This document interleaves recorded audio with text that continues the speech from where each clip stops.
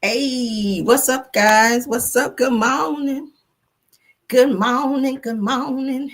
Child, let me fix myself up here, child. I don't want all my stuff out. Good morning. Good morning. Happy Wednesday, guys. Happy hump day. Happy hump day to all my humpers. Glad you guys are joining the show. Thank you all for being here because we have a great show for you, child. Child. That's all I can say. Oh, the mess that we got to get into, child. The mess. How y'all doing? Good morning, Rose. Good morning, Mama Rose. Mary Giles, good morning. Reba 0616 is here. Sheila Washington is in the building. Miss Pruitt is here. Thank you guys for being here. I see Miss Cheryl H. Tuff. Thanks for being here. And everybody coming in. Everybody's spilling in. Thank y'all for being here. We're going to jump right in. They'll be here, child. I ain't waiting. Everything said in the video is alleged and in my opinion and is used for fair use and entertainment. All right, we're gonna go ahead and knock politics on out the way so we can get into the mess. Cause baby, woo, when I tell you this show today, y'all gonna be like, oh my God. Okay. Baby, you're gonna have to clench your pearls and everything else. Okay. I see classy type lady. Thanks for being here, love. All right, let's get into it. Good morning to everybody. Hopefully you got your coffee and your tea, honey, and got or getting where you need to be this morning. All right, feeling blessed and not stressed. Let's get into it. All right, shout out to the neighborhood talk. The post office child is accused of secretly helping Trump deport undocumented immigrants. You guys, Homeland Security reportedly used the USPS website data to track packages and obtain credit card information and IP data of immigrants. Y'all, can y'all believe this? I said, I know you lying. Let me find out the post office is damn snitch out this bitch. All right, let's get into it, honey. Now, according to the Washington Post, the United States Postal Service has been secretly working with federal immigration authorities to help locate and deport undocumented immigrants, y'all. I know you lying. Now, the USPS has its own law enforcement division, said the U.S. Postal Inspection Service, and new reports reveal that it recently joined the Department of Homeland Security Task Force focused on tracking down undocumented individuals. Ooh, child, Now, immigration officials have reportedly been using USPS surveillance tools and resources. Per the Washington Post, they're seeking access to mail covers, okay, which are photographs of the outside envelopes and packages, as well as the Postal Service's investigative systems. Now, it says that this includes packages or tracking data, online account information, financial records, credit card details, and IP addresses to support deportation efforts, okay? Now, while mail delivery is the government's most routine functions, using the Postal Service to crack down on immigration is unexpected. Now, postal officers typically handle threats to the mail system and investigate crimes like drug trafficking and pornography, okay, making their involvement in immigration enforcement rather highly unusual. Ooh, child, they are on somebody's ass, I hear. Now, so the sources revealed that the agency may have agreed to cooperate in an effort to avoid political backlash, fearing that Trump might seek broader control over the postal services. So they snitching out of fear. That's what it's given. Mm-hmm. That's exactly what it's giving. Now, anonymous USPS officials have called the move an overreach and a dangerous, politicalization, child, of a, I know I effed that up, of a federal agency created to serve the public and not police immigration. So what do you guys think about that? That the post office is out here snitching to help the government get rid of illegal immigrants, y'all. That is some mess, right? Trump. This is why they don't file these damn papers to get you out of office now. Okay, the impeachment papers. Yeah, I'm here and I'm waiting so I can sign. Where do I sign? Where do I vote? Like, I'm ready. Okay, I'm on ready. Ooh, child, let's get him off my screen right here.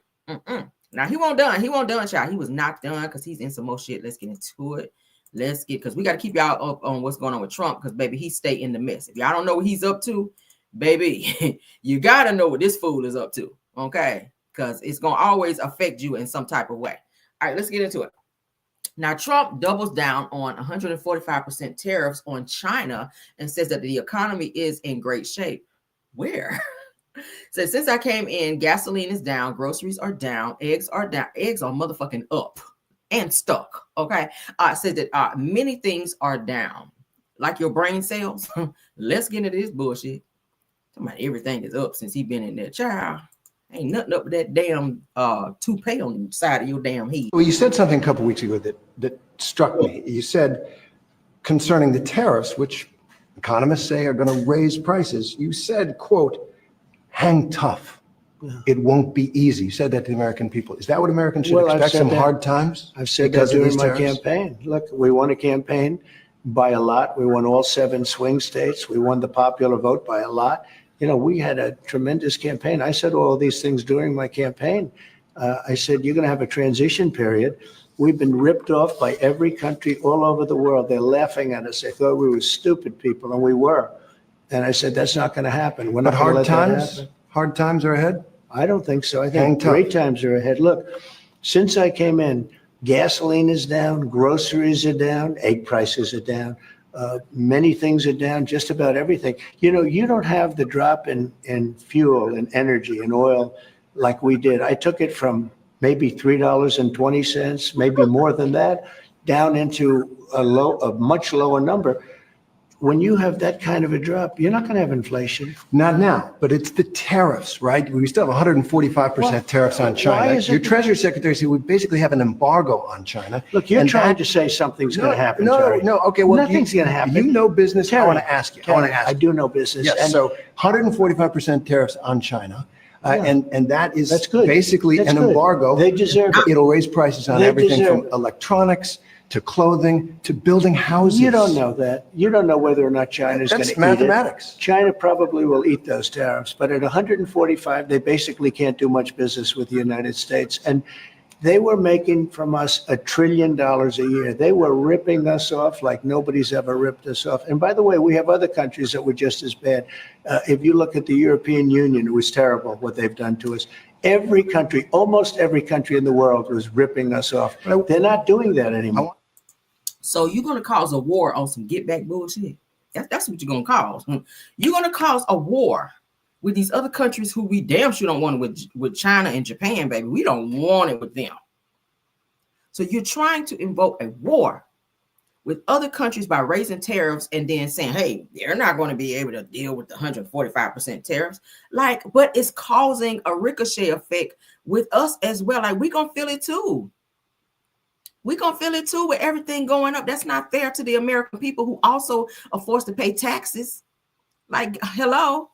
And now you're attacking and you're coming for college kids, talking about if they owe back loans and stuff like that. You're coming after them, talking about you're going to garnish their wages and stuff like this. Is too much. He is doing too much. You only been in office 100 days, nigga. Sit the fuck down. Y'all, I'm sorry this morning. Y'all know I get a little irritated, okay? Pardon my mouth, child. But this is some bullshit. I'm sorry. It's like, and then he don't know how to have a conversation without being so bothered by the other person, like literally throwing the truth in your face. He can't take it. He's very argumentative when it's sitting right there in your face. You know, raising tariffs to 145% was going to be some bullshit, and it was going to cause an issue on the other countries who we do rely on to have our products brought in from those particular countries. And then you sit up here and jack up the price like that to where everybody's now scrambling. Eggs are not down. Gas is not down. So many other things are. No, not since you've been in office. Everything's been fucked up since you've been in office. Have you not seen planes are falling? That shit didn't start happening like that back to back until you took office. I mean, damn. Ships are crashing since your ass been in office. People who not supposed to be deported are being deported since you've been in office. We can do a whole rundown of the shit that has happened since Trump's been in office, but he takes no accountability for that, because he's on a power trip. And that's why his ass don't need to be in office. I keep saying, you got to have a love for people. Look how Obama did when he got in there. He was giving out phones. He was giving out health care. That's something that everyone needs. If you live in anywhere, you need health care. So he created health care, and he came in, Trump came in, oh, we don't need Obamacare. Why? Yes, the fuck we do. Everybody needs health care. So you are getting rid of affordable health care for people who've not been able to obtain health care because what? You the president? Like, get out of here. Okay, seriously, get out of here. Get off the screen too. All right, he won't done. One more time. Child, let me go to get y'all all the way mad with Trump this morning. Because, baby, he is doing a lot. My God. Can he sit down, like go on vacation and take your foreign wife with you? Deport her ass too while you on vacation. Deport her hard-faced ass while you on vacation. Yeah, I'm talking about her. Hard-faced ass. All right, Donald Trump child fires members of the U.S. Holocaust Memorial Museum's board who were appointed by Joe Biden, including Kamala Harris's husband child. Now, he done went out here and fired him, which you know that was a huge flex for him because he cannot stand Kamala. He cannot stand Kamala Harris, so baby, he done went out here and fired her husband. Look at this mess.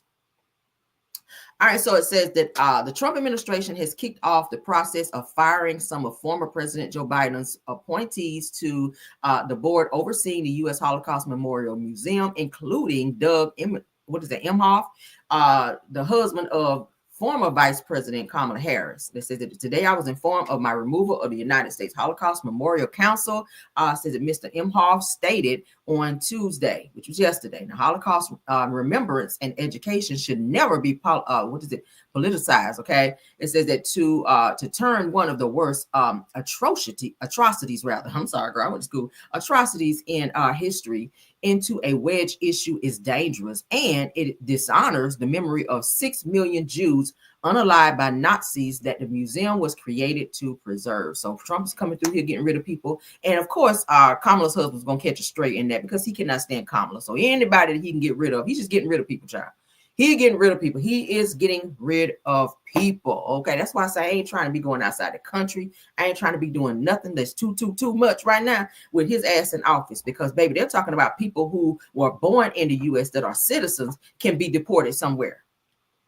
Where the fuck are we going? I was born here. You can't send me back somewhere I've never been. Okay, all this mess of sending people back to air, you can't send me back where I've never been. I'm gonna say it again. Y'all better get into it. Y'all better be woke.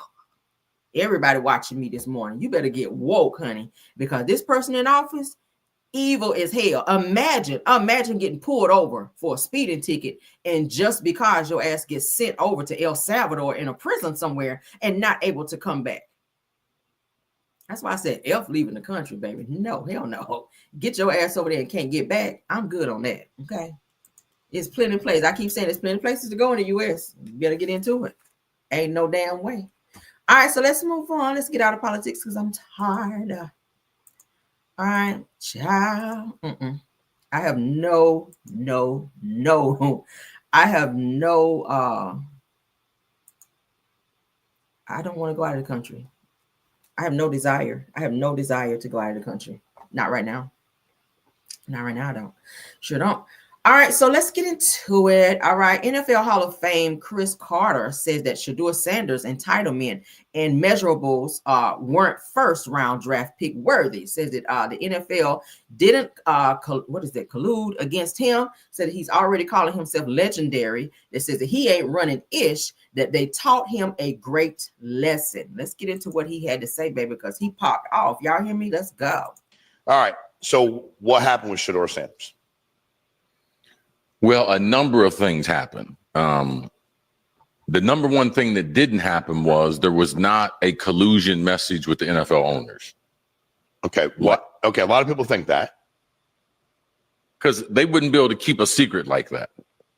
And so they might do it, but they couldn't shut up about it. They wouldn't be able to shut up about it. But every owner is very, very selfish. Now, why would I do something to my detriment? Like if I need a quarterback and I think this kid is it, what he didn't realize is the guys that have fallen in the draft before, they all had unusual traits.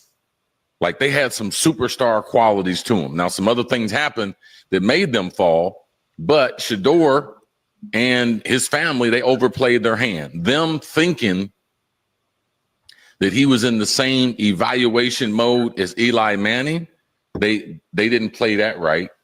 Them trying to narrow the teams that he was going to go to, that didn't do right. Not working out at the combine, that wasn't the right thing.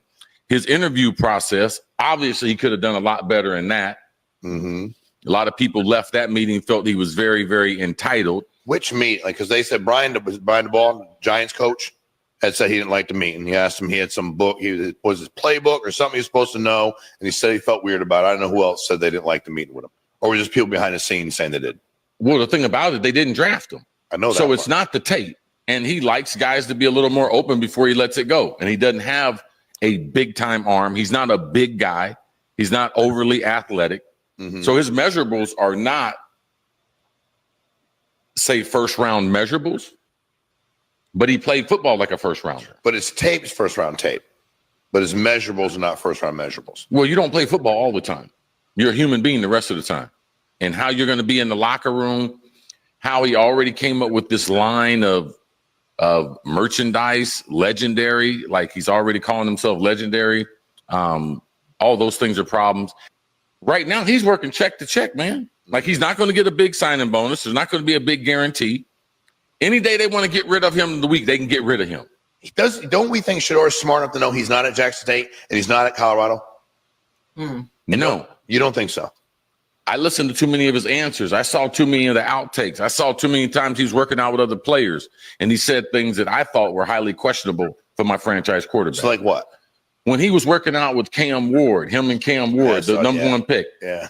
Hey, man, you want to cut a rap video together? No, I want to be known as a football player. And he's like, what do you do for fun? He's like, I play football. Like, why wouldn't you sit down with people? And something these kids never understand, even if you're a top 10 pick, you're in the NFL for a long time.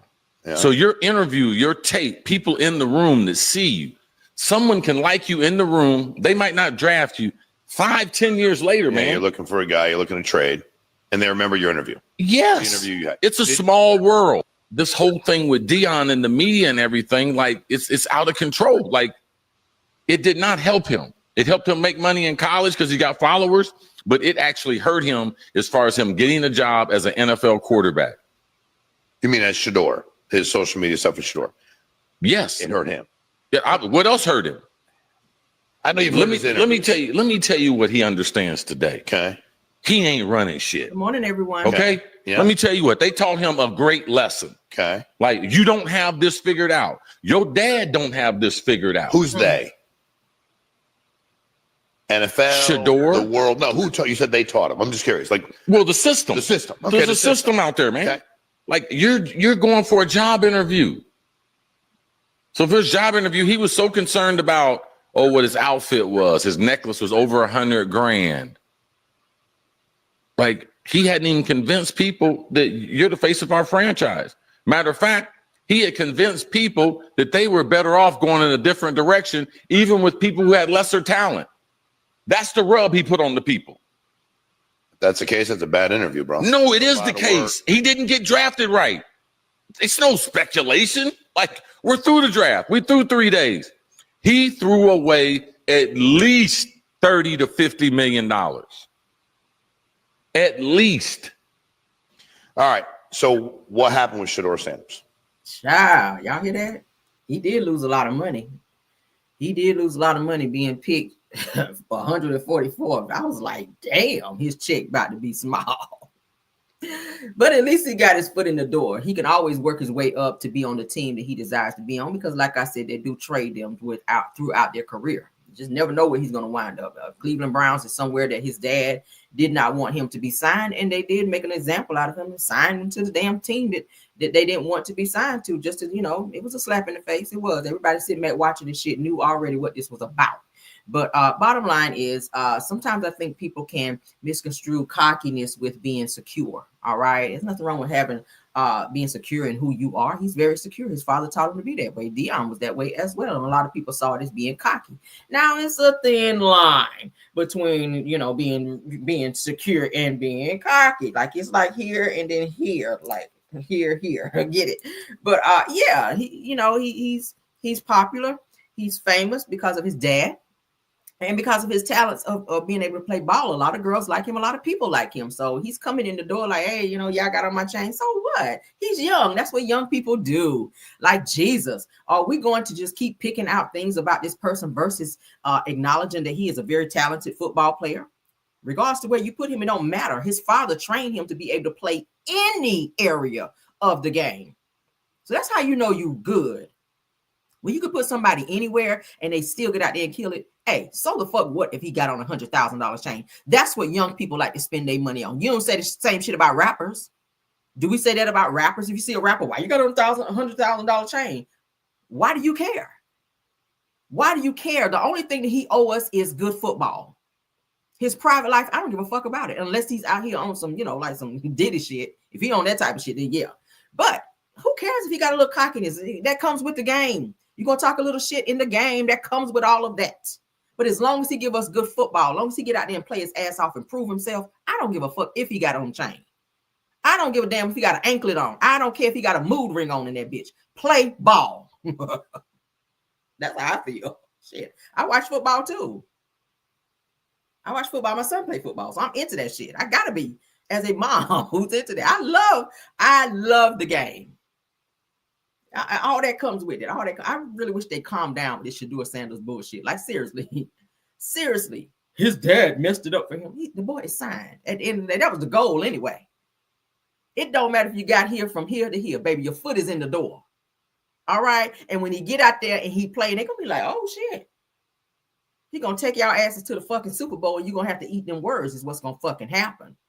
When he take you to the Super Bowl and you ask you that Super Bowl ring and that trophy, then I want to hear that same energy be just as loud. Be just as loud when Shedeur Sanders, I'm speaking into existence right here on my show. When Shedeur Sanders take the Cleveland Browns to the fucking Super Bowl, I want to hear the same energy be just as loud on every podcast that you can sit your burnt ass on and talk the same amount of shit and turn the volume up on it when you do. All right, moving on. You got him up. Oh, yeah. I love it, honey. Same energy. Who cares if he's cocky? Bitch, you're supposed to be cocky in sports. Hell, I be cocky when I'm playing Mortal Kombat. And that's just a damn game. I be talking all the shit I can talk playing Mortal Kombat. Take that, bitch. That's me on the game. You both be cocky. Okay? Yeah, child bye. They do team too much. Shout out to Kesha Lance Bottoms. I like her. Smart, beautiful black woman. No homo. All right. I love it. I love to see black excellence. I love to see a black woman out there, honey, doing the damn thing. And she's back, honey. She's back. Taking on a bigger, or trying to take on a bigger role. All right. And I'm going to vote her on. I'm a voter in there, honey. You got my vote. Yes, you do, Miss Kesha Lance Bottoms, honey. She takes a major step towards the Georgia governor bid with announcement coming soon. So I hope she got it, honey. So Kesha Lance Bottoms, honey, takes a major step towards the Georgia governor bid. All right. It says that former Atlanta mayor, honey, says she's already been the mayor, so she's moving up to the governor. I love it, child. That black people, we coming up, ain't we? Now, back in the day, we couldn't have been no damn governor or no damn mayor. We couldn't have done that shit back then. She's educated. She's qualified. I love it. All right. So former Atlanta Mayor Kesha Lance Bottoms is officially putting her name back into the political conversation. Come on, God. Now, on Monday, Bottoms confirmed that she filed the necessary paperwork to form a campaign committee, a major step towards launching a run for Georgia governor. All right. It says that speaking with Channel 2, says that Karen Greer Bottoms, honey, shared that she feels honored and humbled by the overwhelming encouragement that she's received as she weighs a gubernatorial bid. It says that while she hasn't made a formal announcement yet, that Bottoms says that supporters won't have to wait long as she's planning to share her decision in the coming weeks. Praise God. Okay.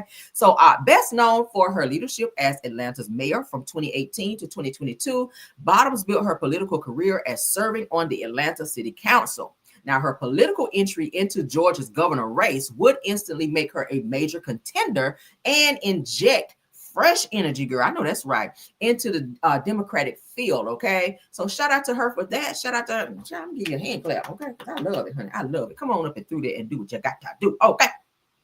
Yes, honey. Yes, y'all pray. Y'all pray for her too. Because a lot of people, these people right here, they don't like to see people like her in office, okay? Because she's going to get in there and get the damn job done. And she know how to maneuver through all the bullshit that they be throwing out there and make Atlanta good again. All right, and that's what we want. All right, do we got to have a jam session? I just looked up. We got to have another jam session, child, already. Because the people sitting on the likes, we got 89 likes and we got 260 watching. I know you lying. Oh, child, let's get some twerking going. Let's twerk a little bit. Let's wake y'all up, honey. Let's wake y'all up. Let's wake y'all up. Let's go. Woo, yeah. Hey, hey. Come on.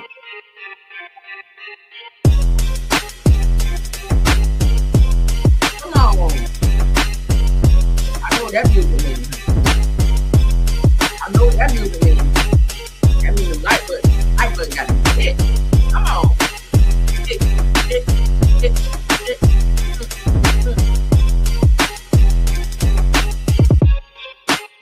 hit the like button so we can finish our show because we got this show. Let's get it.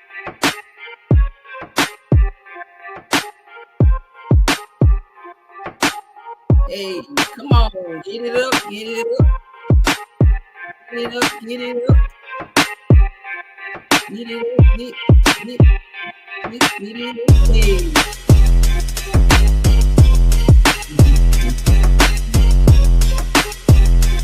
Hit the like button, guys. So we can do it. I'm standing for you like.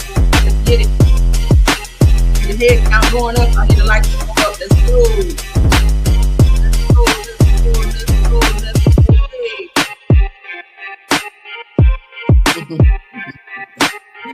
Not crazy.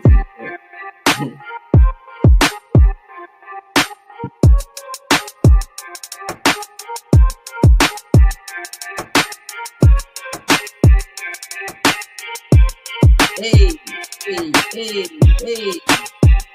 Go, let's go.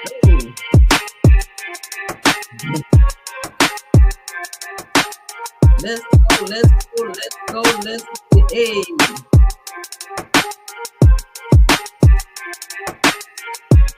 116. Come on, it's going up. Let's go, guys.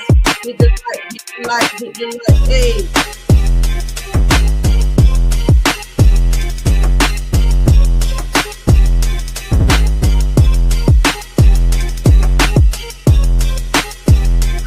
Where we at?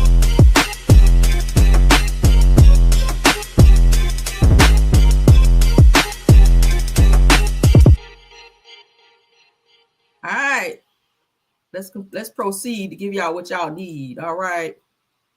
Ooh, 118. Oh, why y'all so stingy with the likes today? What's going on? Y'all okay? Jeez. 125. I see it going up. I see it. Ooh, child, y'all so stingy with them likes. I don't get it. And it's so free. I promise. Okay. Ooh, girl, let's get into the show. All right, so Erica Mena with her psycho ass, okay? Her psycho ass still fighting with her Spice over here. And y'all know that Erica got fired from Love and Hip Hop Atlanta for calling Spice a monkey and making racial slurs, honey, towards Spice, all right? So they're back arguing again, child, where they're talking about Bambi being the star of the show and all this other mess. So Erica Mena decided to jump her psycho ass up in there. Her bipolar ass up in there. I'm gonna say it, child, because she is crazy. Every time you see her ass, she's screaming and hollering with that damn vein popping out of her forehead. All right. But let's get into it, honey. So as you guys can see, somebody named Mr. Timberry says that Bam is the star. Bam meaning Bambi, child, from Love and Hip Hop Atlanta. All right. So Erica Mena then jumps in and says at Mr. Timberry, then it's, making the shouting emojis, saying it, pretty much telling him say it louder. So this next person come in and says that Erica Mena says that you need to go and gain weight. Says that you worried about Spice bones with no flesh. Child, that was a read right there. So Erica Mena clapped back by saying that I can gain weight, but you can, but can you? Hold on. Said I can gain weight, but you can. You, child, so you go back to school. You trying to read somebody down and your English is off. Could teach her how to respect how God gave her a second chance in a life. And what a disgrace she's been since he gave it to her. Why do you care? God gave her a life when you called her a monkey and you didn't give a hot boiling damn then. So why you care now about God giving her another life? Okay. God gave her life then and she was standing there blessed when you sat up there and fixed your mouth to call her a damn monkey. Oh, you emaciated clown. Anyway, all right. So this next person said, I'm so sick of Spice. Says that I used to really love her, but she gives really mean girl and messy on the low energy. You mean on the show? Child, what school y'all went to out here? My God. So Erica then claps back and says, in response to that, she is a disgusting human. And that's just what the bottom line is. But you are too, Erica.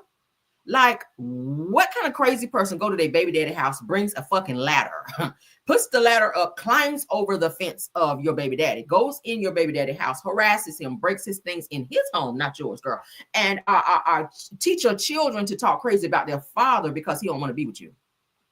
Okay, Safari tried to get far away from you because you are toxic and you like to fight and run your mouth too much. But as soon as he decided not to be with you no more, then here comes the crazy. Okay, you decide, oh, I'm not taking any Prozac today, girl. I'm gonna be full-fledged crazy, and I'm gonna put my fucking cape on and be super crazy out this bitch.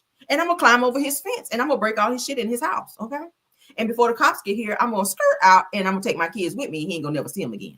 That's the kind of energy you want. So if you want to be out here calling somebody crazy, and that they don't appreciate the life that God get, girl, you don't either.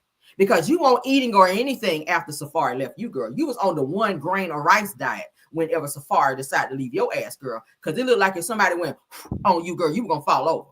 That's how small you were.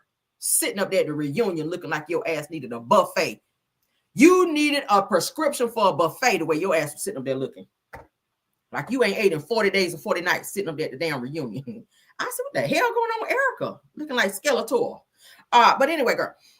So a person says that Erica, honey, keep it cute and don't insert yourself in black people business. Clear her. Okay. Yes. Stay out of black folk business. Okay. You like that black peen, but that don't put you in our business. Oh, girl, get into it. All right. So they also goes on to say, so Erica then says that at so-and-so said, I said what I said. See what I'm talking about? The crazy coming out. And I will say it again. See, that's the crazy seeping out when she did that right there. All right, so this person here read her down and says that, will you call her a blue monkey again then? Ooh, child. Ooh, child, not a blue monkey. Says it also. Erica comes back and says that talk on my kids again, and it's going to be way worse than name calling troll. Oh, so now that's a threat.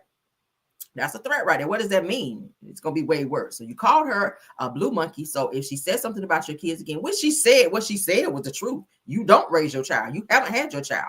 And you are afraid to put your child out in the public. Now, you show the kids with a Safari, but you don't show your oldest son. And I think it's because he's autistic. And we're not talking about kids that are autistic. We're not talking about kids. But I'm saying you didn't raise your oldest son because you wanted fame over being a mother. So you had your mother raise your child. And when Spice said it on the show, you felt a way about it. And even though it was the truth, yeah, maybe she shouldn't have plugged that in there. But again, like I said, when you're in an argument, there is no fair words. When you are in a verbal fight, there's no fair words. The goal is for me to sting you before you sting me. The goal is for me to tear your wig off before you can tear mine off. So I don't feel no ways about it, baby. If she read your ass down and told you that you weren't a great mother, which you weren't, to dump your child off so you can go and twerk and shake your ass and sleep with everybody in the industry, I mean, it is what it is.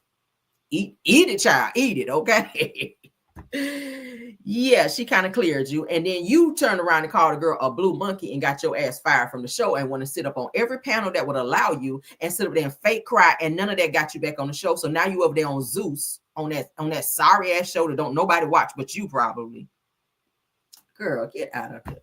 Ain't nobody checking for Erica Mena, okay? You are old news, child. You are old news. You washed up, and Chris Brown and everybody else, and I'm going to go ahead and say it. Let me go ahead and clear you while we're talking about you. Chris Brown and several people in the industry say your breath be funky as hell out here, too. Chris Brown said it. Chris Brown said that the, what is it? Excuse me, miss video? I want to say whichever video she did with Chris Brown. Chris said that when they were in the video that Erica Mena's breath stunk really bad. That she was trying to be all up in his face and trying to be all sexy. And he said that she was stank. Go look it up. It's on YouTube and every other damn tube. Chris Brown verified that your breath was stank. And then I saw another podcast where they were talking about Erica Mena, and they went right back to saying what Chris Brown said. And someone else also said, oh, yeah, they verified that your breath be funky as hell. So while you worrying about Spice and what she's got going on and God giving her another chance at life after she had this little surgery scare and she almost passed away, maybe you should be focused on some Scope, breath mints, Tic Tacs. I don't know, girl. Maybe gargle with some Fabuloso. Okay, go to the dentist and find out what tooth in the back of your mouth is fucked up. It's got your breath out here on the girl. Why? Okay, and stay out of other people's business and other people's beds. Okay, did I clear her good? Yes, get off my screen. I do not like her. She is so low vibrational. I don't do low vibrational anything with anybody. If you low vibrational, stay far away from me. Okay, I have nothing for you but one of these when I see you, girl. All right, moving on. That right there, that's what I give low vibrational people. A check. That's just a check. This is just a check. That's it. Just a check, girl. Oh, I keep one of them on me. I keep one of these in my pockets for low vibrational, ignorant ass people like her. Okay. Oh, let's move on, girl. Oh, you about brought it out of me. Oh, yeah, we keep a forehead mush in our pockets for hoes like that. Yes, we do, girl. You like to fight? Me too. Shit. You talk a lot of shit? Me too. What energy you want, let me know, because I'm already there while you're getting there. That's how I be, girl. I'm already on 10 while you're trying to get there. All right. We're pushing 11 right now. What are we doing? Ooh, girl, don't run up. All right. So let's move on. So, as you guys remember, we talked about Porsha with her lying ass running around saying she never said that she was going to try to sleep with Angela. What was child? Angela Oakley's husband, Charles Oakley. But it was heard by another cast member. And now they have Kelly, honey. Kelly is out here throwing Porsha's ass all the way under the bus and letting everybody know that Porsha lied when she said, I never said that. Now, I played you guys the clip where they were all out in the pool on Real Housewives of Atlanta, and Porsha's ass had drank a little bit too much. And on her get back, because she was mad that Angela Oakley invited Drew Sidora over there to Tennessee for her little girls trip that Porsha planned. So once the girls got there, they decided to kind of unwind, get in the pool, get some drinks. So this Porsha trying to say she had too much to drink, but she let it slip out that don't make her be on her get back. And don't quote me on that, okay, because it's not verbatim, but don't make me go and F her husband, talking about Angela Oakley. So when the question was asked to her, did she say it? She initially said, no, I don't know what you're talking about. I never said it. But now, why is it that someone can verify that you did? Let's get into it, honey. Kelly Farrell confirms that Porsha did threaten to sleep with Angela Oakley's husband. Let's get into it. Yeah. Is married to the one and only, is what she said specifically, right? The one and only, right? The one and only man. Now, Porsha said that she would... She said she better calm down before she sleeps with her husband. You actually were the one to expose it a little bit, no? I mean, you know. I mean, Angela heard it. Angela heard it. Yeah. I mean, Angela heard it. I didn't expose anything. I mean, everybody heard it. But you co-signed the fact that... She said it. She said it. I mean, I can't. Yeah. You know. So what do you think about those comments? I mean, hide your husbands, hide your wives. That's all I can tell you. Do you feel like your opinion has changed on Porsha? Oh, Lord. Let me say this. I can say, being a woman that went through a very nasty, traumatizing divorce process, I feel bad for Porsha. You know, at the end of the day, I would not wish divorce on anyone. Right. And I know that it is very difficult mentally, physically, financially to go through. So I can say that, you know, no matter what our differences is with, you know, how she gets her husband or whatever the case may be, I still feel sorry for her in regards to her going through that process, you know, but. So if her next wedding is Charles Oakley, would you attend? Now. Would you attend? L'Oreal is... What is happening? I'm just saying, you never know. No, I would never. I think that's crazy. Listen, I've seen crazier things happen Angela, on the I got house. nothing to do with this. I mean, Angela already knew. Child. Yeah. Is married to the one. Kelly Farrell, honey, she already put it out there that, yes, girl, we heard Porsha say that. I don't know why that's supposed to be a get back for Porsha. Like, you running around here threatening to sleep with somebody's husband as a get back because you don't like Angela Oakley. Like, girl, sit your ass down. See, Porsha gonna wind up. Somebody gonna have to pop her ass because, girl, why is that a flex for you to be running around? Now, y'all know that everybody had already called her out for being with old girl's husband, being with Simon while she was married to him. But then you come back and now you're gonna try to. I don't know if maybe you're trying to joke when you said that. I don't see that as being a joke because everybody don't play like that. Everybody don't play like that. You can never come up to me and say, "Girl, Caramel, don't fuck with me now. I'm gonna fuck your husband." Okay. And I'm gonna fuck you up. Well, I ain't gotta worry about that because he would never do that. But I'm just saying, just the mere fact that you would even let that fly out your mouth so willy-nilly and think that shit was a flex for you, like, no. Okay, I'm gonna knock your wisdom teeth out too if you ever try. Just know that. Okay, we fight for mine because I don't watch too many draws. I don't scramble too many motherfucking eggs. I done got popped by grease way too many times trying to fry some fucking chicken over here, girl. Okay, girl. I done about threw my back out one too many nights for a bitch to think they gonna come up and through here and do anything up over here, baby. No, ma'am. No, ma'am. Okay. Sit down, sis. Sit down. Everybody don't play like that about their man. Everybody don't play like that. Everybody don't take a joke like that. Girl, sit your ass down. This is why you can't keep a man, Porsha, because your mindset is in the wrong space, baby. Sit your ass down and reflect on life and figure out why you feel like you got to have somebody else's man versus waiting on your own. Okay. It's somebody for everybody. And that go for anybody. It's somebody for everybody. If you always feel like you got to take somebody else from somebody, always understand what goes around comes around. If you took somebody from somebody else, understand that somebody gonna take your man. And that shit ain't gonna sit right with you. It's not gonna sit right with you. You gonna cry. See how you did with Fallon? See how you was messing with Fallon's man, Simon, and look at all the shit you dealing with right now. Simon is giving you hell. And I don't feel bad about it because it's called karma, girl. Karma. It's called karma. Karma's not fair, honey. You don't mess with somebody else's man and think that you're gonna be blessed. God don't bless no mess. Girl, God do not bless no mess. I be so tired of people. Oh, the Lord gave me this man. God will never give you something that belongs to somebody else or someone. Okay. God will not take a woman's husband and say, here, girl. Oh, girl, take this blessing. No, that's not how that works. Sit your ass down and reflect on why you feel like you got to be doing all of that in order to be happy in life, because it's something that you're missing. If Porsha got daddy issues, that's why you dating and want these old ass men. Charles is way too old for you. You don't want a man your age. Okay, you're looking for an old ass man with some money because you got daddy issues. And I blame your mama for that. Okay, wherever your damn daddy is. Okay, Miss Diane, I'm sorry, you catching the straight this morning, but I blame you, honey, for the way your daughter turned out to be, because your ass was that way. Okay, yeah, you were. But let's move on. Out here dating man for a new nose. Fuck out of here. All right, moving on. Allegedly. Moving on, girl. Moving on. Porsha was not done.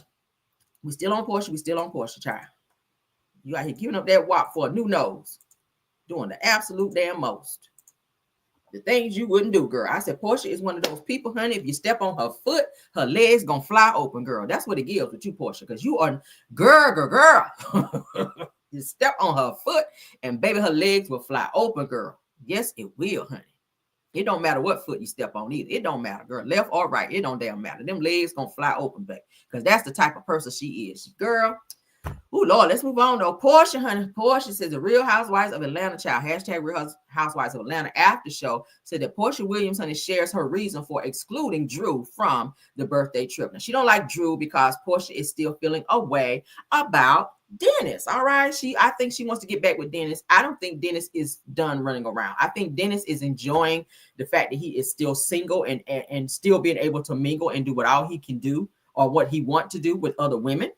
Okay, I don't think he's ready to be tied down. I think he is enjoying, allegedly, possibly being able to come over and smash and dash when it comes to Porsha, because he know he can get that nookie when he want to. So why put a ring on something when you know you can get it for free?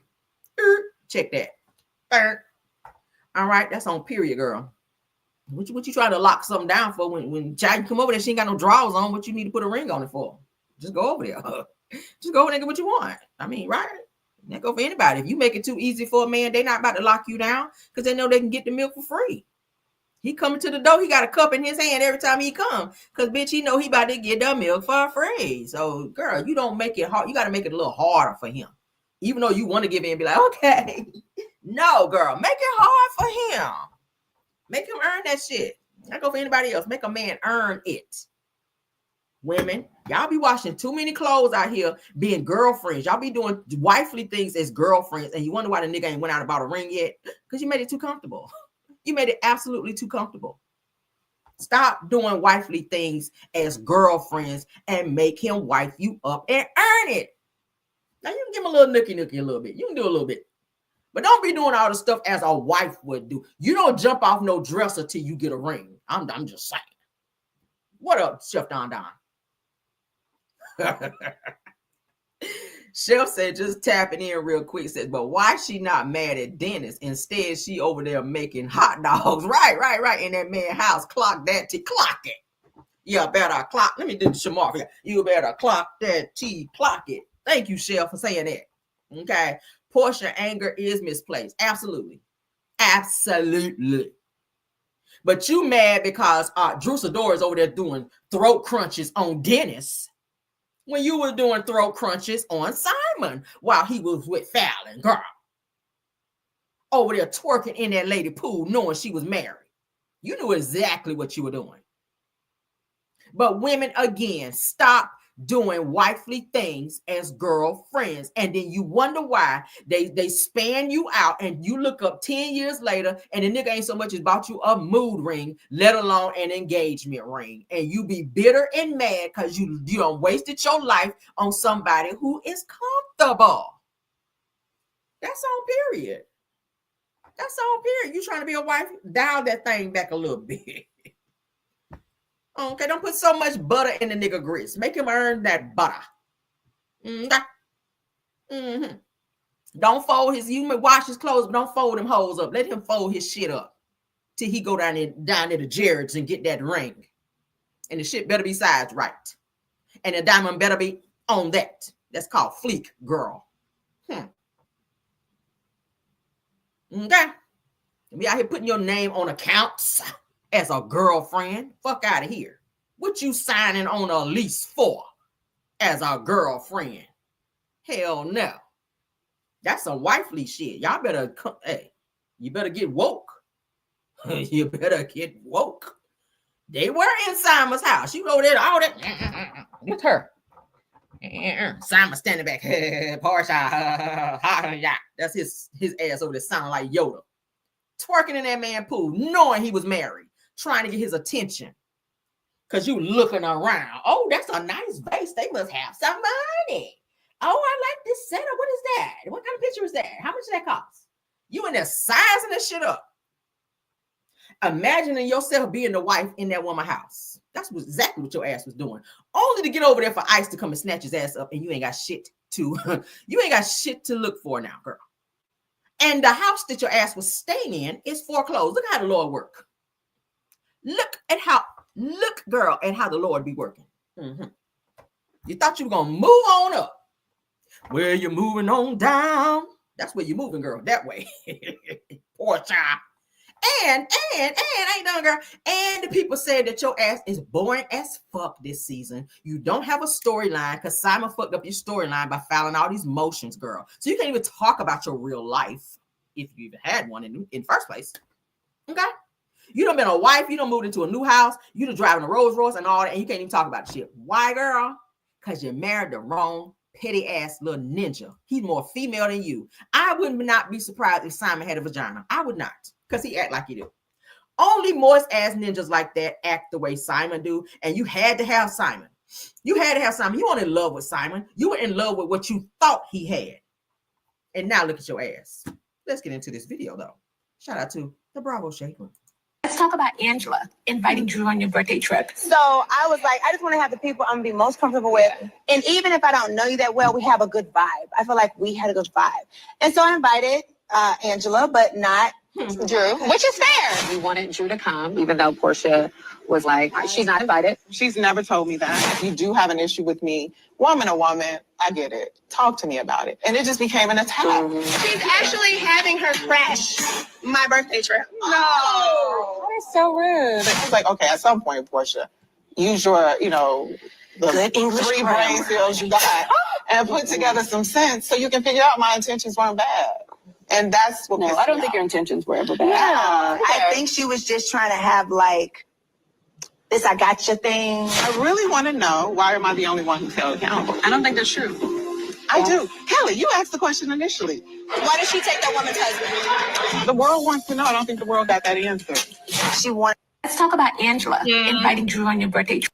To get everybody off her back. Because everybody at that point was like, Angela, you've been doing too much the whole trip. Yeah. And so I think she just used it to distract the situation. I'm like, damn, did I do all this? With my good intentions, did I do all this? Did I put two friends further apart? Why I feel like Cynthia Bailey being two-faced this season? I mean, girl, you just a friend of this season, okay? It's bad that you already came in the damn show, or on the show rather, as an OG, and they don't bump your ass down the friend of. So now you got to kiss everybody's ass to be relevant on the show. That's what it's giving. I feel like a little two-faced is going on here when it comes to Cynthia, because you be smiling all up in damn Porsha face. Then you over there with Angela Oakley, and Drew Shedeur, who she don't fuck with on any type of level. And you, oh yeah, girl. Mm-hmm. Oh yeah, girl. Mm-hmm. Yeah. You on that.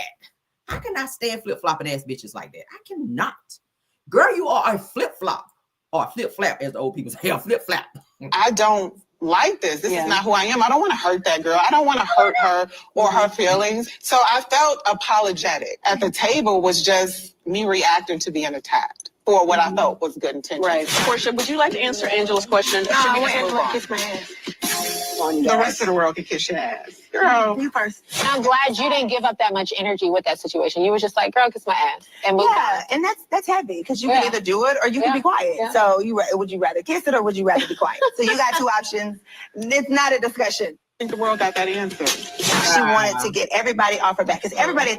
I don't think nobody's bold enough to kiss your ass, Porsha. Your ass have been too many places, girl, for anybody to be trying to kiss your ass. So at the end of the day, baby, maybe you want to sit your ass back and sit back and reflect and shut what they call the fuck up and figure out why you so fucked up out here and why you can't keep a damn man. You done been married more times than Jaguar out this bitch. Girl, every year it's a wedding for you. I'm so sick of that. I'm tired of singing congratulations to you. Vesta Williams is tired, girl. I'm tired. So in a friend on the street. That's Porsha child. Oh my God. Every year we gotta hear this fucking song. Oh my God. It's like Groundhog Day with you, girl. Moving on. It's like Groundhog Day with Porsha when it comes to weddings, girl. Like every day you wake up, girl, it's another wedding, girl. Oh my God. All right, let's move on. She irritates my soul. Hold on, y'all. Numb your whole ring, kill that hoe. All right, let's get her out of my system, child. All right, so woman shares heartbreaking story of returning to an abusive married man. See? Lord. All right, so even after her family stepped in and said that we were broken up for a week, girl. Oh, Lord, that's a long time. A week is such a long time, girl. Forever don't last always, Lord. All right, let's get into it, honey. She is heartbroken. Okay, over returning to an abusive married man, girl. This is a new level of stupid. We're going to entertain it, though. All right. Oh, geez.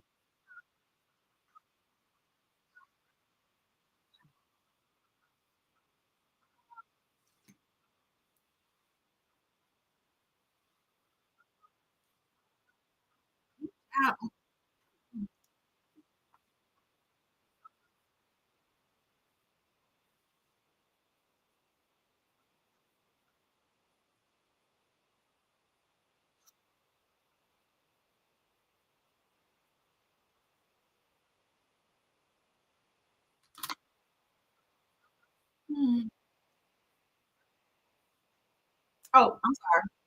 Y'all, Porsha done got me heated over here, honey. I ain't even share. I'm sorry. Pretend like that never happened, okay?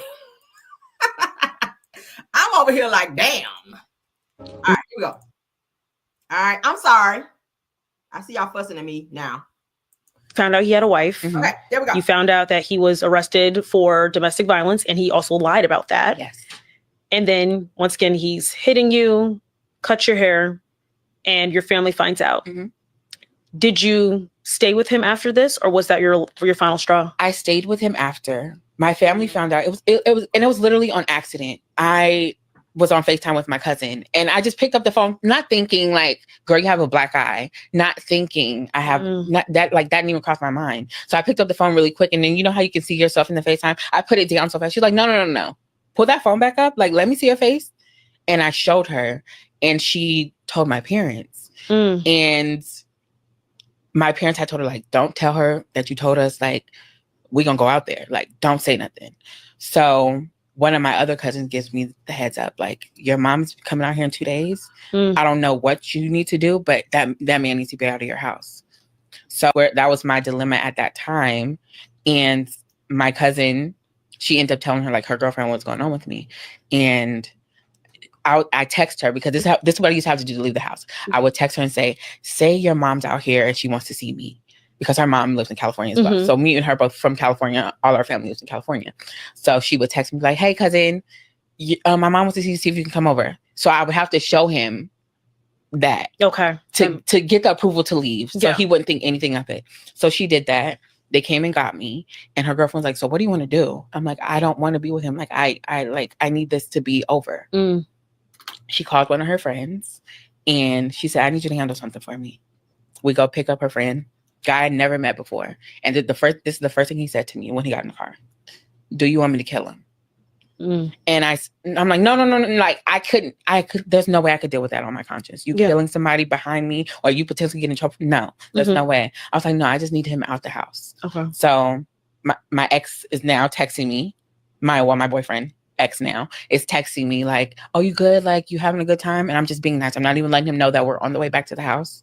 I'm not, because in my apartment, if you lock like the top lock, no one can get in, even if you have the key. Okay. So I didn't want that to be the case. So I'm just texting him like, yeah, I'm good. He doesn't even know I'm almost to the house. I'm like, yeah, I'm good. So happy to see my auntie. Good morning, everyone. We get in that, we park, go up to my apartment. The guy instantly walks in and was like, bro, you gotta leave. And seeing how my ex was so violent with me, I expected there to be an altercation.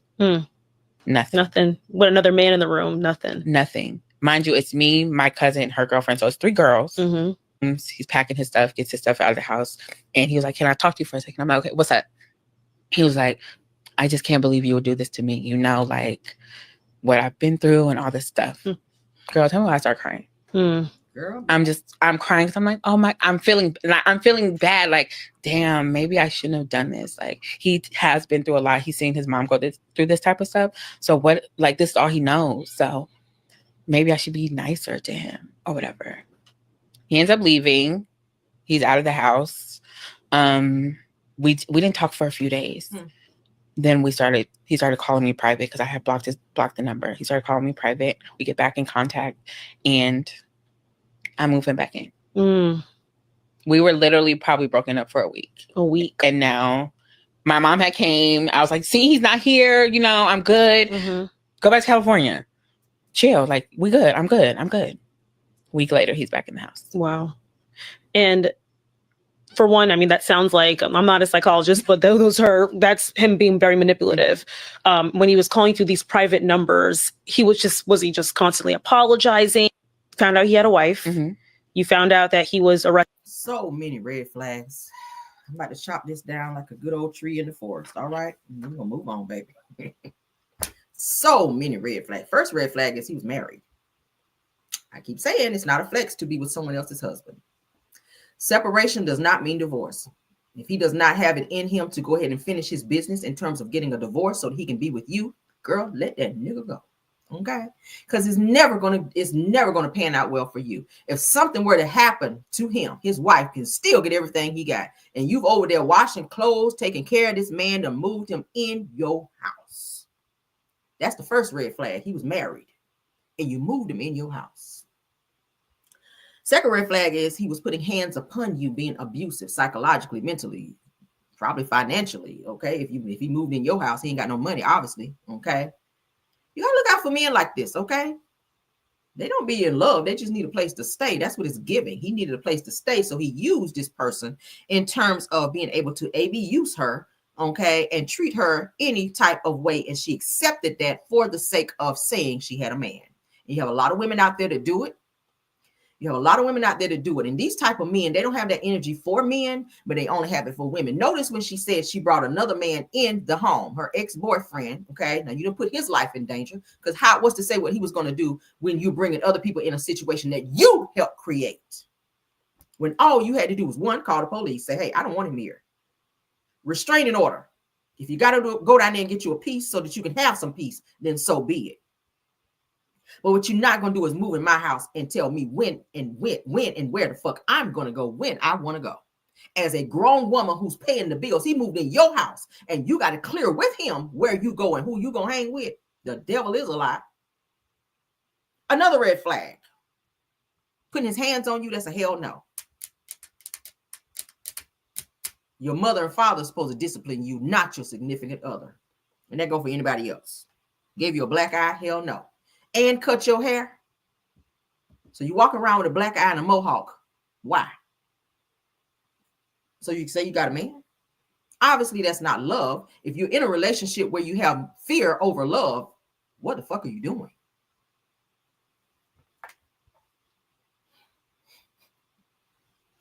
I don't understand situations like this. And then you finally get this person out of your life, out of your home, and you move him back in, knowing the toxicity that he brings. Somewhere in there, I got to say some mental illness resides within you, ma'am. Loving yourself obviously is not something that's on your menu, because if you love yourself, you will not abuse yourself. You will not put yourself in said situations. This man could have unalived you very easily. We keep talking about this on my channel. All it takes is a hard enough push. Fall and hit your head somewhere, girl, and it's over.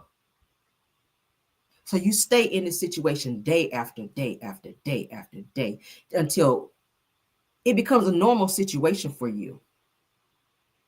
And nothing within you told you, okay, oh, I can breathe a sigh of relief. After you done brought your girlfriends over there, put their lives in danger. Because a lot of people, let me tell you something, you trying to help somebody that's in an abusive situations, sometimes you can put yourself in situations because they're not ready to go. And that's unfair to everyone involved. You got to watch out for that. I'm not saying don't help your girlfriend out, or if they call you and say, hey, come and help me. But you got to watch that sometimes, because when you're trying to help people get out of abusive situations, you could put yourself, because I've seen many stories where people go over there trying to help somebody out of an abusive situation and their asses get tore up or unalived, trying to help somebody who don't really have the intentions to leave right now anyway. They just want to leave right now. They ain't trying to stay gone. And now you done took your ass over there and got beat up, black eye, hair pulled out, and every damn thing else over this person who gonna take their ass right back up over there and be in that same situation. That's a real thing. That's a dangerous thing. Because if a person really wants to leave, bitch, you will go. I don't put up with the raising of the voice, let alone the hands being put on me. You know why? Because my daddy raised me better. That's why I keep saying fathers, it's so essential in a woman's life. That's the first love in a woman's life, their father. It's a lot of women running around here with daddy issues who looking for that in a man. No. Your man is supposed to be a provider, a protector, a lover. And if you're not getting any of those things out of that person, he the wrong person. If he's trying to put his hands on you, why is he disciplining you? That's what your father or your mother is supposed to do. And we keep getting it misconstrued out of being lonely. It's a lot of lonely women out there, and you accept that shit because you don't want to be by yourself. You don't want to be in that bed by yourself. Or maybe the nigga's paying half of the bills in the house and you don't want to have to hustle and work too hard. Baby, if you got to work 2 jobs to have peace, so be it. I'm going to say it again. If you got to work 2 jobs and give up your social life for the sake of having peace, baby, get out there and get it. Because ain't nothing like locking your door and nobody else can come up in there and disturb what you pay for. That's called peace. You cannot put a price on peace. How you come in a place that I pay for, my bed that I bought, my air that I pay for, flick on my light that I pay every month and tell me where the fuck I'm going to go. Women, no ma'am and no sir. Y'all better get some couth about you. This is 2025, baby. Women, we the shit now. Did y'all know that? Let me go ahead and encourage somebody this morning. Women, we the shit now, okay? Women, we are bosses now. Women, we do what we want to do now. And whenever we get ready. That's what it is. And that's what it will forever be. This is some ignorant shit on my screen. And I played this for a reason, because we have a lot of women who get comfortable in situations for the sake of having a man. You don't have to do that, love. It's somebody out there. Listen, it's a blessing in waiting. It is a blessing in waiting. Date. That's what dating is for, getting to know people. Stop trying to lock yourself down with the wrong person and say, oh, I got a man. The fun part is dating.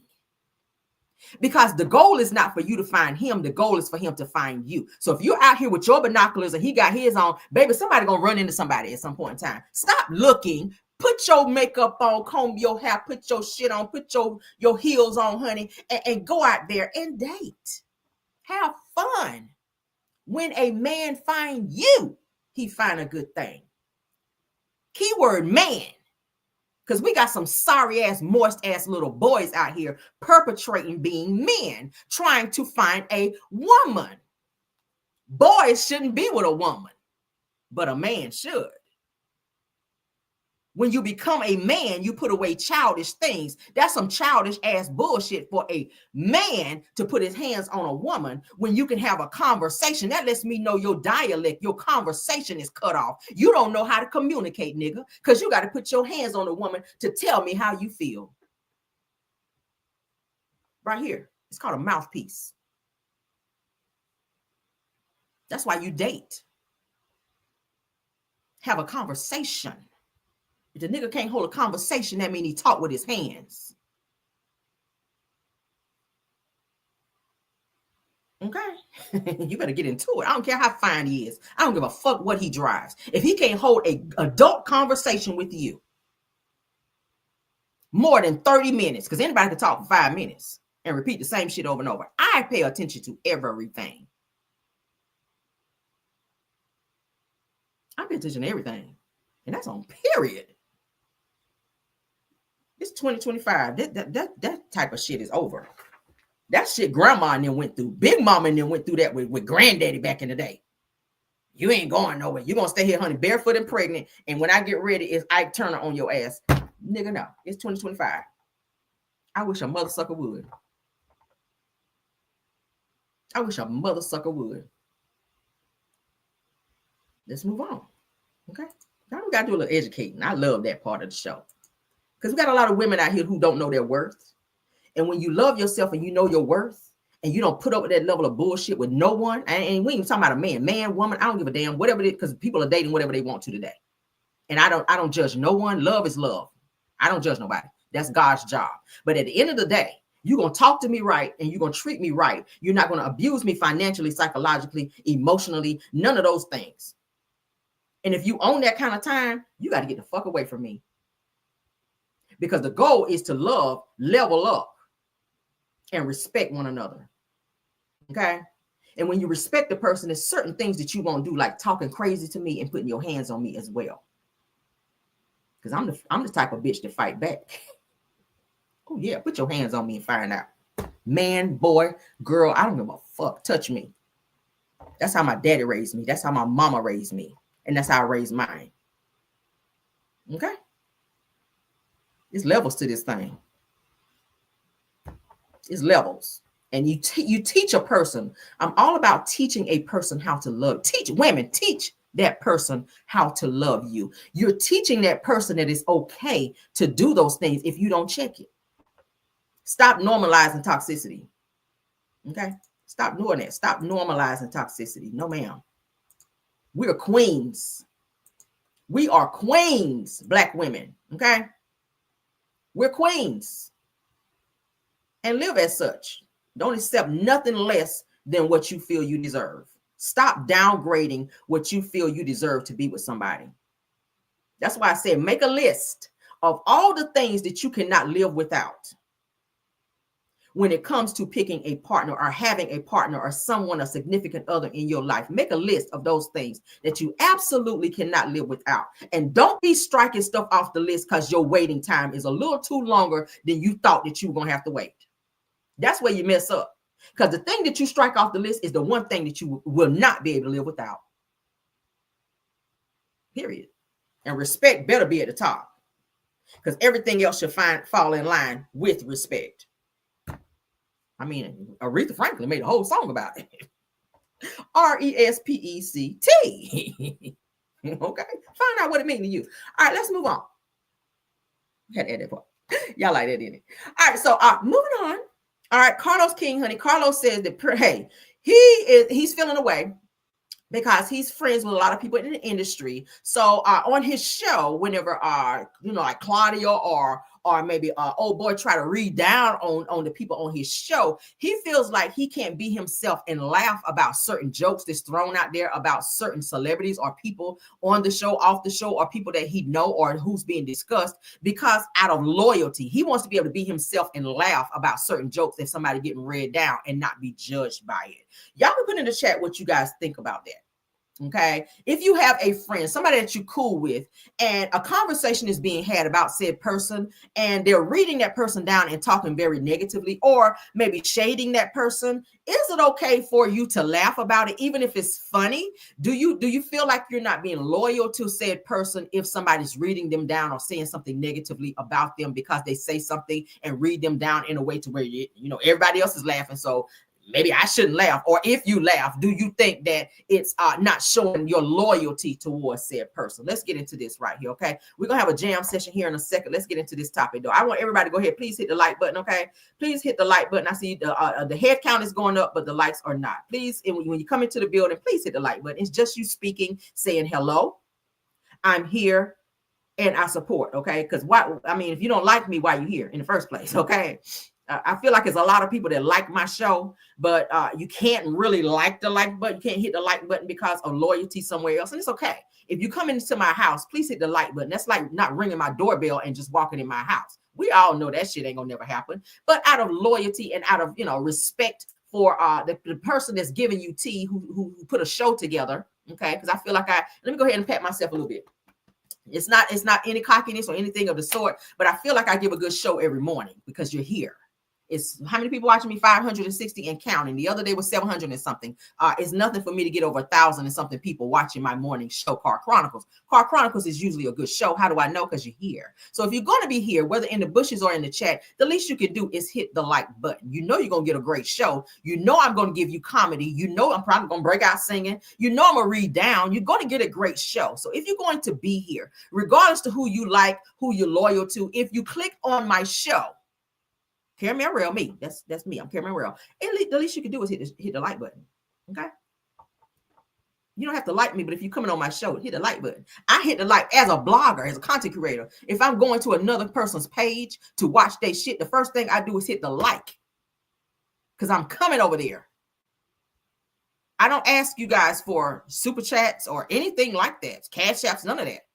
Likes, and they're free. That's the least you can do. Okay, if you're gonna be a Bushes watcher, great for you. Wonderful. But just hit the like button, okay? Let's move on. I'm gonna be more real. Okay. I sometimes have to make sure I don't make a face or laugh when something's funny because I have tons of friends in this business. Mm-hmm. And I sometimes feel like, well, shit, I can't even laugh at a funny joke because I don't want that person to feel like, well, damn, Carlos, is it that funny? Yeah. But I'm like, well, shit, I got a funny bone. Yeah. Am I wrong for having a funny bone? Am I wrong for somebody cracking a joke?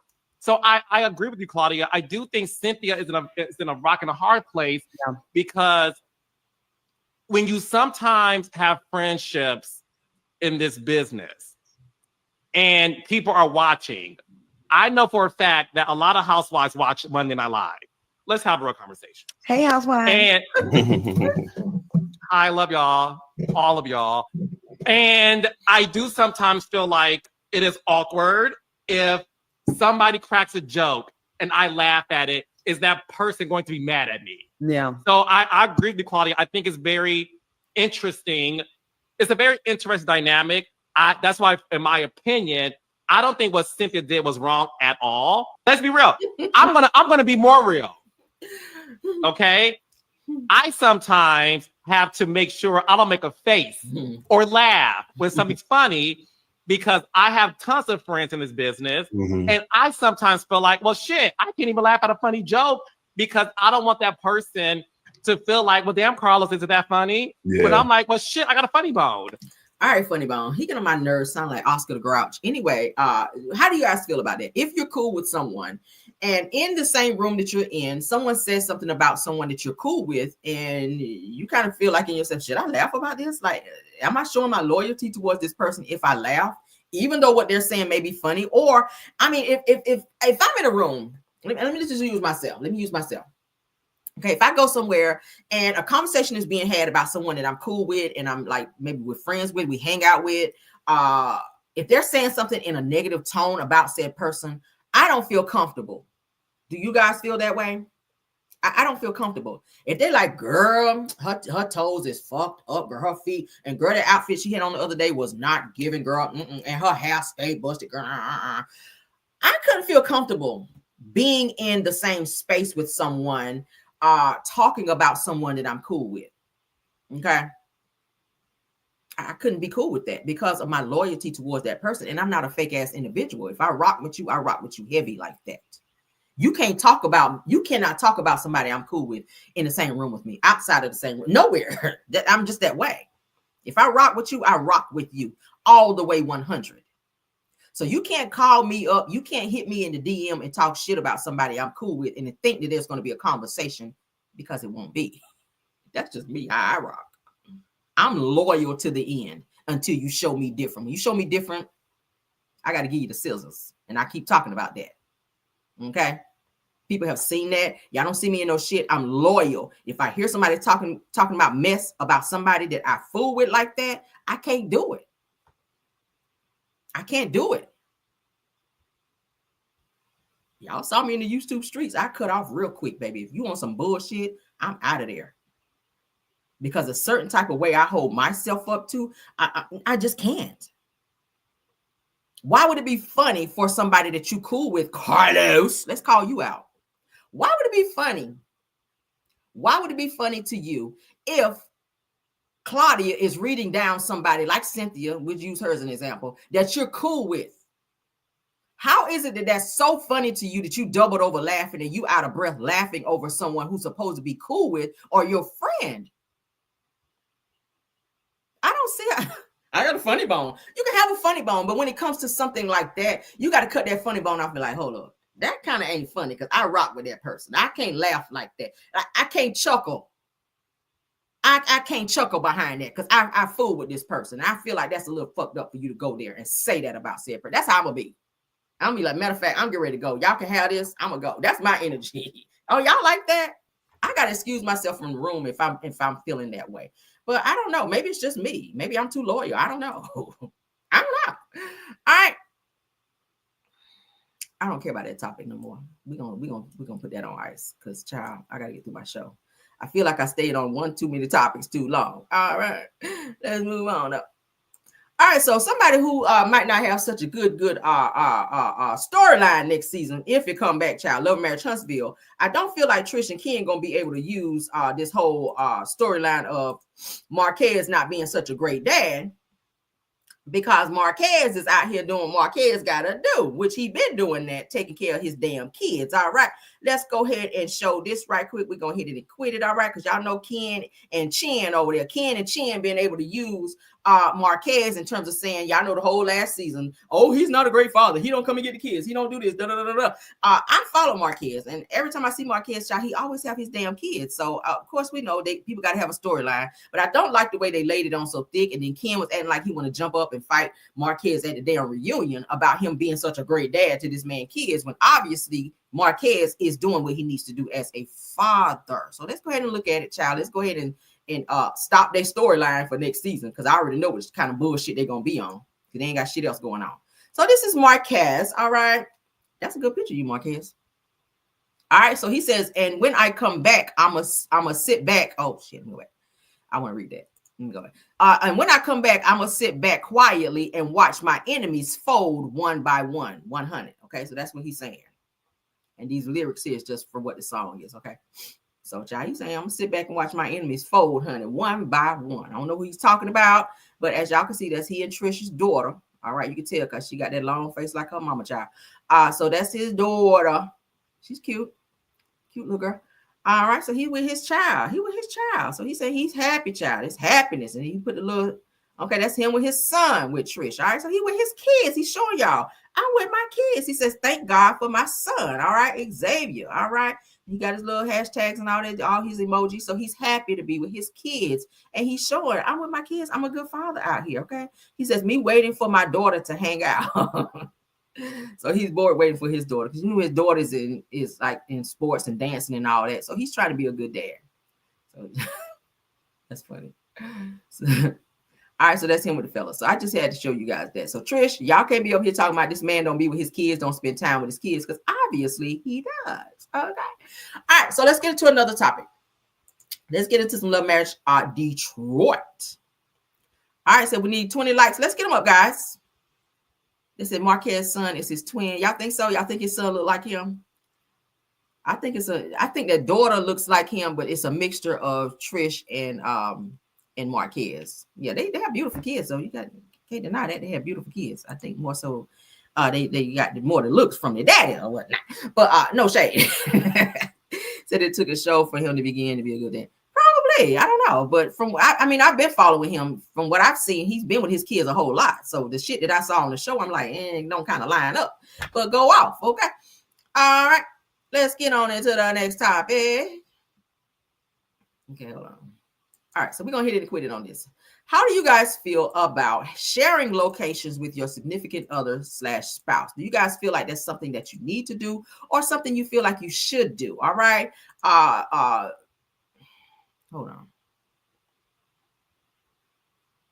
Okay, so for those of you that watch Love and Marriage Detroit, I watch it even though the shit is boring. The ratings are very, very low. I told you guys they're coming in at 79K per episode.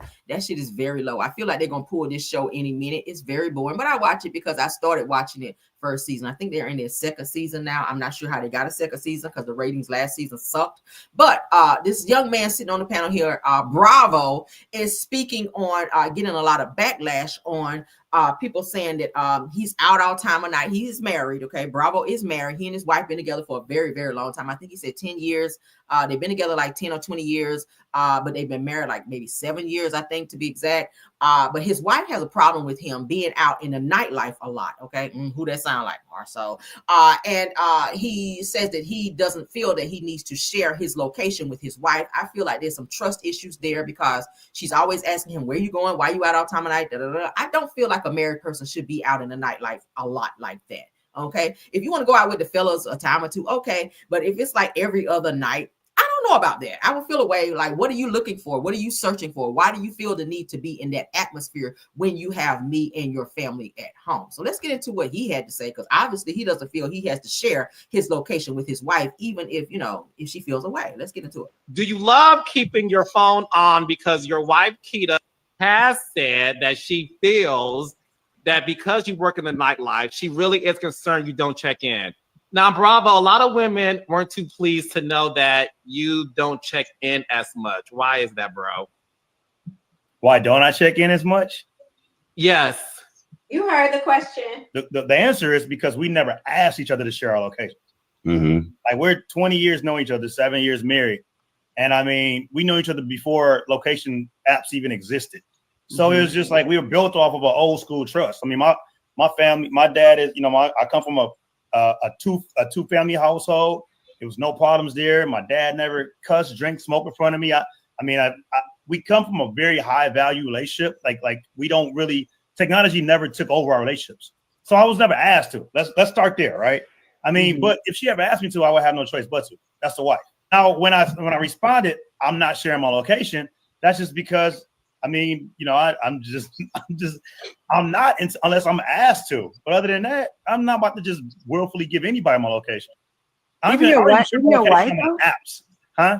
Even your wife, she's not just anybody. She's your wife. I never volunteered, and she never volunteered. It was never asked. Mm-hmm. And like I said, when you're not a couple built off of technology and built off of trust, you kind of don't let the technology conversations or he doesn't post her every day, she doesn't post him every day, or he's not sharing. You don't let all that stuff bother you. And I feel like we're a lot stronger than that. And I mean, we're not gonna let the trolls or the people that we're not gonna let the internet marriage counselors tell us how to keep going.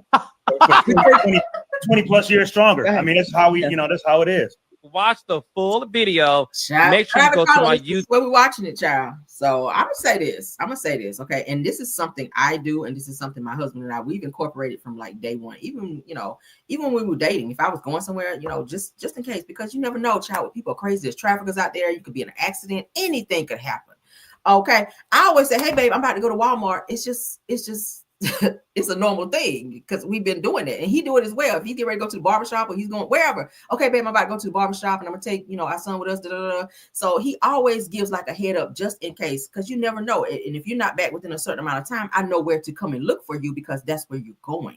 It's just a respect thing. I feel like it's not me checking up on you or me not trusting you. It's just a respect thing. It's for safety reasons. This is 2025 where people are fucking crazy out here, child. People are up and try to rob you. Anything could happen. So it just makes me feel at ease knowing that, he's going to Walmart, whatever. And the same for vice versa with him as well. It's just a normal thing. Anytime I grab my keys and I'm getting ready to go somewhere, all right, babe, I'm about to go such and such and such. Not because you're my dad, not because I got to check in with you, not because, I'm made to tell you where I'm going. It's just a respect thing. It just makes me feel at ease to know, he's going here. And if something happens, I know where to go look. Y'all get where I'm going with that?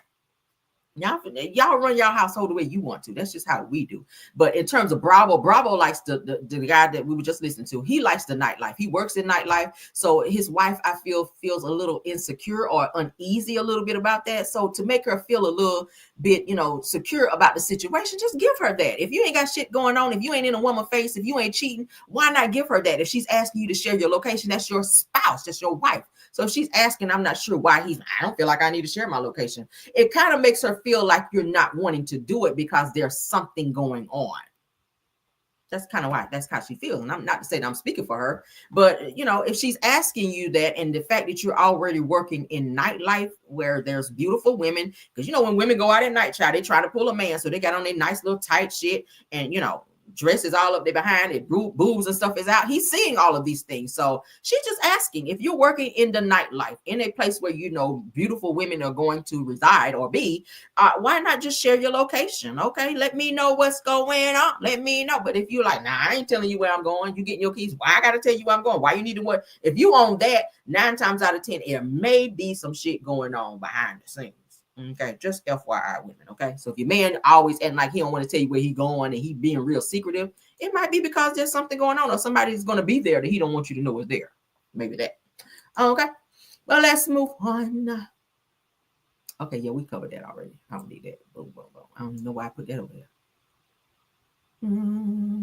Got that. Okay, so let's get into this, child. Let's get into this. Now, a Memphis woman, she records a shocking call from her church staff banning her from the church after Easter Sunday, child. Let's get into this. I thought this was interesting, okay? We're going to breeze on through, honey. Who are we going to breeze on through? Y'all, why this lady get banned from her church on Easter Sunday? A member. Yes. A member. Sharing cash. Due to your aggressive, inappropriate toward a person that's connected to my family. After church is over, church service over.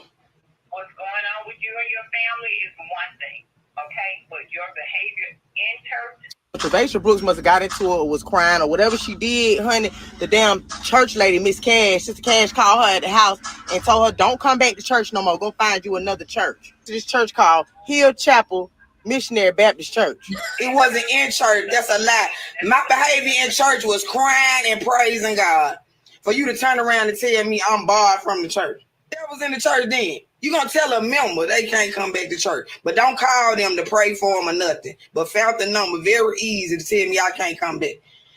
Hey, Easter Sunday, Resurrection Sunday, that was her last Sunday come to their church. For my truth. That don't even make sense. I still ain't even never talked to my pastor for real. He ain't called me. He can't call me personally. What's going on with that? He can't call the members to check on Anita. What the first lady got some insecurity issue where her husband can't call and check on the member that's obviously in pain? What's up with y'all? Like this is what? Maybe worrying about the pastor and why he ain't call her phone. That's probably one of the reasons why she got kicked out of church too. Disrespecting the pastor wife. On Resurrection Sunday. And you think I wanted to feel like that.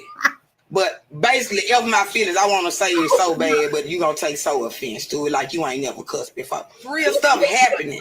Life was happening. Real clear what I'm saying. Oh, my God. What you mean you real clear? Is that a threat or something? What you mean? You're not able to come back to church. It has been put in place. Come back to Hill Chapel. You wherever you need. I provide any resources that I can to support you. Okay. So if you just identify another church, they're gonna call the police. Girl, fuck the police. Fuck the police. Do you understand me? I ain't did no crime. No. I ain't did no crime. Take your ass, lady. I bet she going to church, ain't she? Cause you need her, don't you? She the nursery teacher. She do little jobs for y'all. This is a business. Y'all, she trying to say this is a business. Y'all is a business. I can't believe y'all really is a business. People kept telling me church is a business. I can't receive anything negative, Miss Cash. Nothing. So if your church got openings, she looking for a church out there in Memphis. Y'all, why this lady get banned from her church on Easter Sunday? Oh, the lady got kicked out of church on Easter Sunday, y'all. Y'all see she done cussed out, I want to say the church secretary. They told her F the police, child. So they said that a Memphis sister, honey, her name is Truvisha, child. Truvisha, with a name like Truvisha, child. That's why you got kicked out from that name. So Truvisha Brooks, honey, has gone viral after she said that her church banned her from coming to the house of the Lord, child, on Resurrection Sunday. Said that ain't this where you go to repent for your sins? So obviously she was out here on some BS, and the church got wind of it, honey. And on Easter Sunday, child, Resurrection Sunday, child, they resurrection her. She tried to resurrect her membership, child, but they put it in the grave like they did Jesus, child. But it did not rise again because they told her ass she couldn't come back. So she done cussed out the church secretary after she done called out there and say, hey, why the pastor couldn't call me and tell me? Why you up and got to tell me? This is a business, okay? Not business, but business, girl. I'm trying to keep a straight face. This shit's so funny. Baby, she was serious about this. Why are church members getting kicked out of the church? Now, I saw a video the other day where a church, honey, called the police to have a woman escorted out of the church, y'all. I was like, why? Didn't they tell you come as you are? I mean, that's how you supposed to come as you are, girl. If you were alley cat, the Lord will take alley cats. Yes, he will. The Lord take alley cats, girl. He will change you, okay? Girl, you be in the world, not of the world. But baby, you cannot be out here cussing out the church secretary and telling them F the police, because that would get your membership revoked real quick, Truvisha, okay? Truvisha was like, I don't give a hot damn. Y'all done kicked me out. I'm cussing everybody out, okay? And that's what she did. Yeah, girl, if you were alley cat, the Lord will take alley cats. Yes, he will, girl. Okay? The Lord will take alley cats. Yes, he will. But Truvisha, girl, I hope you find a good church home down there in Memphis, girl. I hope they don't ask for no references from your last church, because they probably won't take you, all right? But Godspeed, girl, to you on your new membership search, all right? Bedside, are we taking members at Bedside Baptist? Let me see. I might have to do a background check on you to come to my church over here, Bedside Baptist, girl, where the Reverend Pillow and First Lady Quilt is my pastor and First Lady. Because, girl, the way you acting on this video, I don't know if you're going to be able to stay up here either. But let's get into the next topic, girl. Now, the people are not ready. The people are not ready for, they're not ready for Nelly. They're not ready to love Nelly no more, child. Because Nelly, y'all know he is a Trump supporter, child. He is out here trying to perform at Trump's. What a brown skin girl. Shout out to brown skin girl in the building, child. Y'all show her some love. I'm trying to get through this show without laughing. But Tennessee girl. Let me put these content creators' names down too, because at the end, y'all know I'd be forgetting who's in the building. So shout out to y'all for being here. I see you, Tennessee girl. Thanks for being here. Yeah, she from Memphis. Hey, Memphis in the house. Some of y'all crazy in Memphis too. Memphis people, if y'all in my chat, y'all crazy as hell. Memphis people and Baltimore people, I don't fuck with y'all. Not like that. Now I love y'all. Thank y'all for coming and supporting. But like y'all crazy. Y'all would jump on somebody like real quick. Now I can fight too. Everybody got hands. We got hands. But y'all be fighting too much down there in Memphis and Baltimore. Y'all do. Y'all be fighting. Y'all be want to fight all the time. I ain't got time for that shit. All right. Every time things go left, y'all be want to be on this shit here. I ain't got time for that. Y'all be trying to stop and starve and stuff. I ain't got time for that. And we trying to starve me because we disagree. Y'all be too violent. But anyway, yeah, y'all violent. Y'all too violent down there in Baltimore. Baltimore people will put hands upon you. Hands and feet, girl. And Memphis people ain't no better. Cut out that damn fight now. Shit. Can we talk? Damn, Tevin Campbell said, can we talk? Bitch, I don't want to talk. Y'all want to up on the knuck if you buck bullshit. I'll be like, damn. Can we just talk? Let's talk. Damn, I don't want to talk. Shit. All right. But anyway, so Nelly urged her, just positivity girl, following Trump's first 100 days. Nigga, shut up. Okay. He says that I'm a glass half full type of guy. No, you about to be canceled type of guy. That's what you are.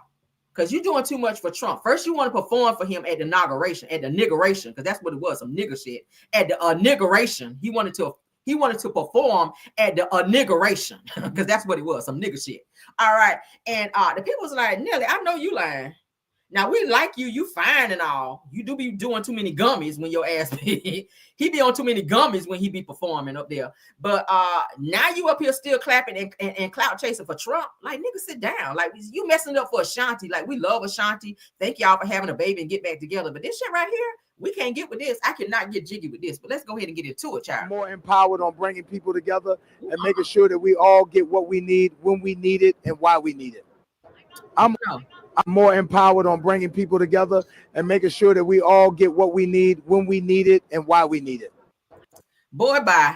Okay. Now this says after receiving backlash for performing at the Donald Trump's inauguration, child, that Nelly calls for unity at the 100-day mark. Girl, it would never be no unity when it comes to Trump. It's always up and stuck, baby. Always up and stuck. Okay. Memphis, Baltimore, y'all got me. Hey, stop. All right, so I said that I'm all for staying positive. Okay, you can be positive, but Trump is a hell no for me. All right. So it said that Trump returned to the Oval Office, child. To the oral office. Trump returned to the oral office, okay, because that's with strong poll numbers, but a CNN poll by But a CNN poll by showed his approval dropped sharply to 41%, said that the lowest of any president at 100 days since Dwight Eisenhower, child. Ooh, child, we already knew that. So down there, the oral office, child, that's what's going on down there. But Nelly, no, we are not feeling Trump. I don't give a damn if he's been in there 144 days, all right? This is the 100-day mark, and he's done nothing since his ass been in there but send people out of the country who's supposed to be here, raise tariffs, okay? And he ain't did shit. I don't even think he washed his ass since he been in there. And I'm trying to be nice. I don't feel like he's washed his ass the first 100 days because he ain't had time. The niggas out here signing so many orders, he ain't had time to wash his ass. Shit. Slam my cup down on that. All right, but let's move on. You know, piss me off.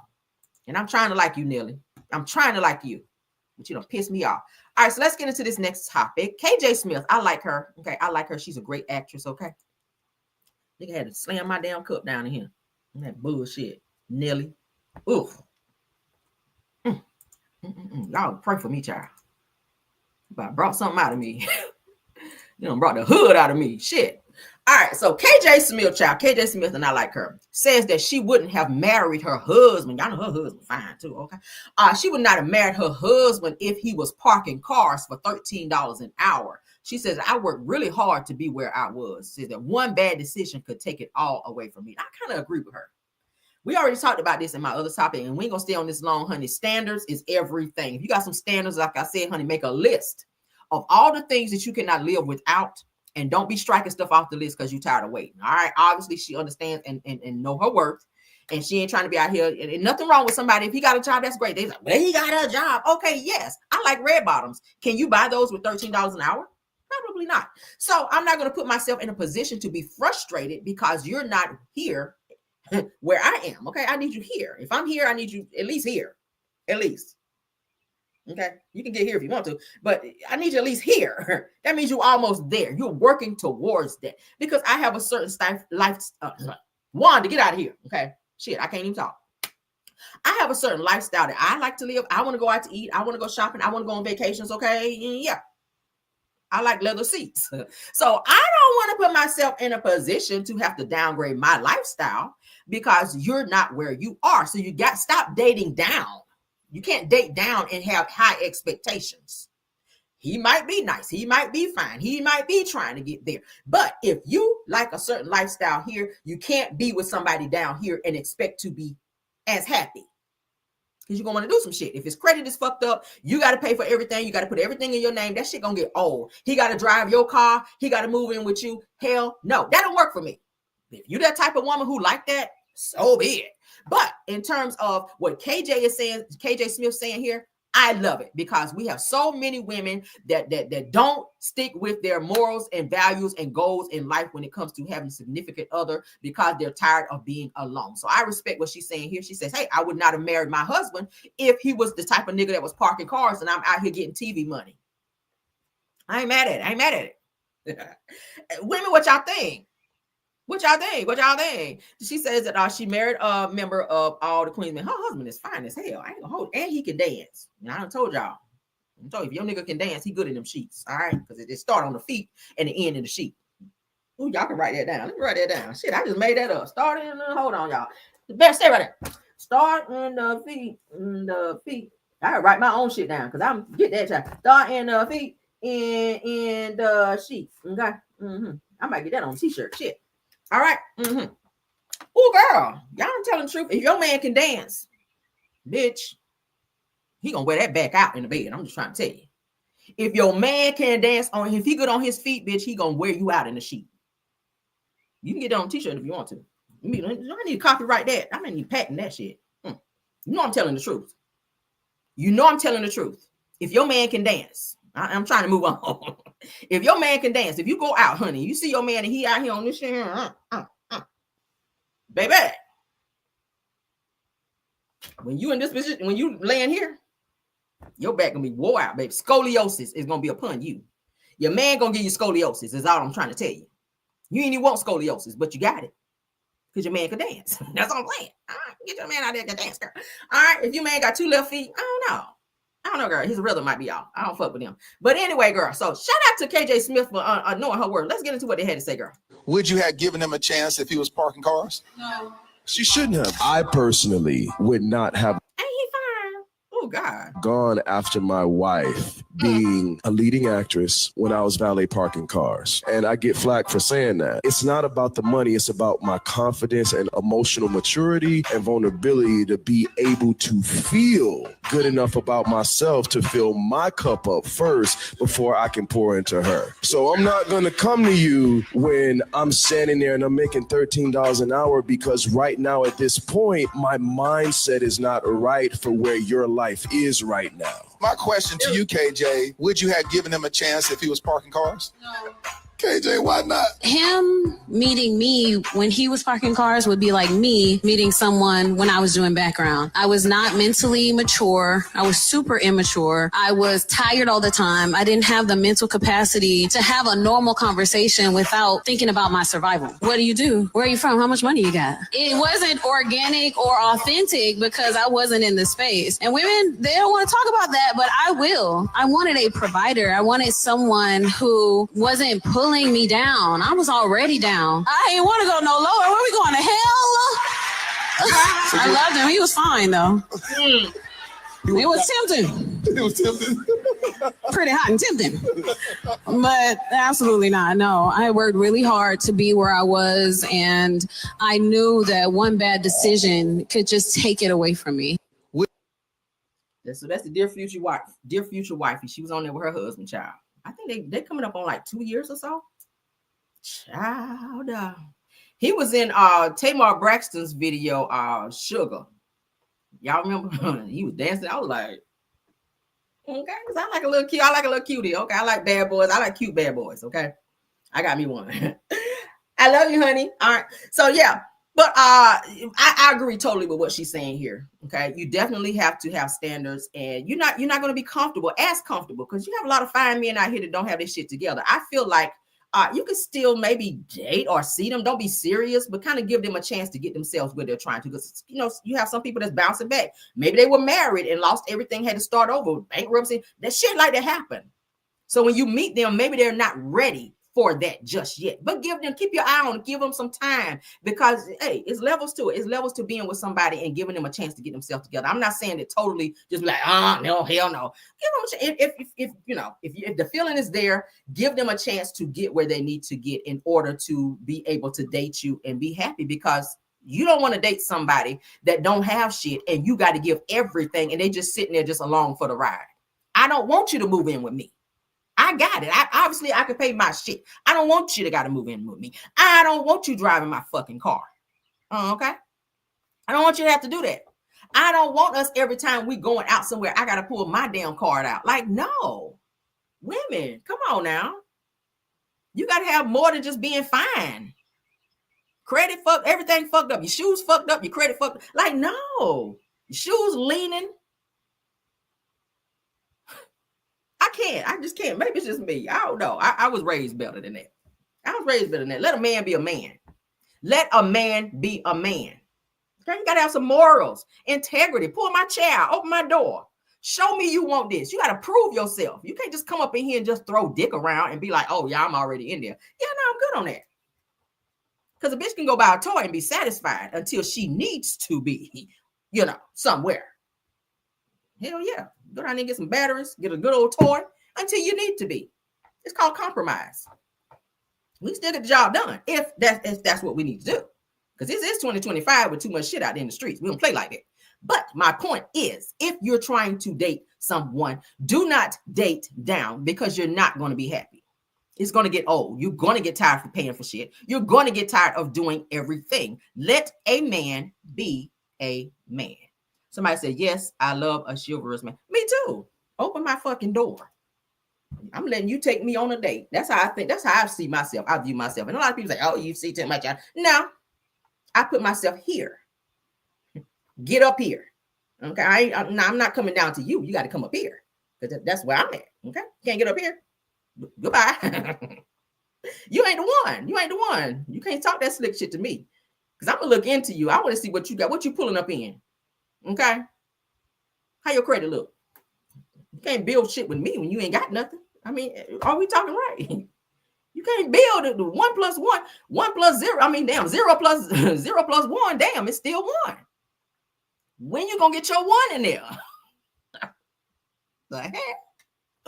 Like, no. Get your shit together. Come on. Because I'm about building. I like to have shit. I like to live a certain lifestyle. And I'm just not gonna dial back. Just to have some dick in the house. I ain't doing that. Because baby, you can go buy one of them. This 2025, child, you can go buy a schlong. Okay, until that battery run out, girl, you good over there. Okay, you good. You good, baby. As long as you hear that, you good. Fuck that. Okay, women, you better get a in your life. Oh, I don't want to be too graphic. You better get a fuck that. Okay.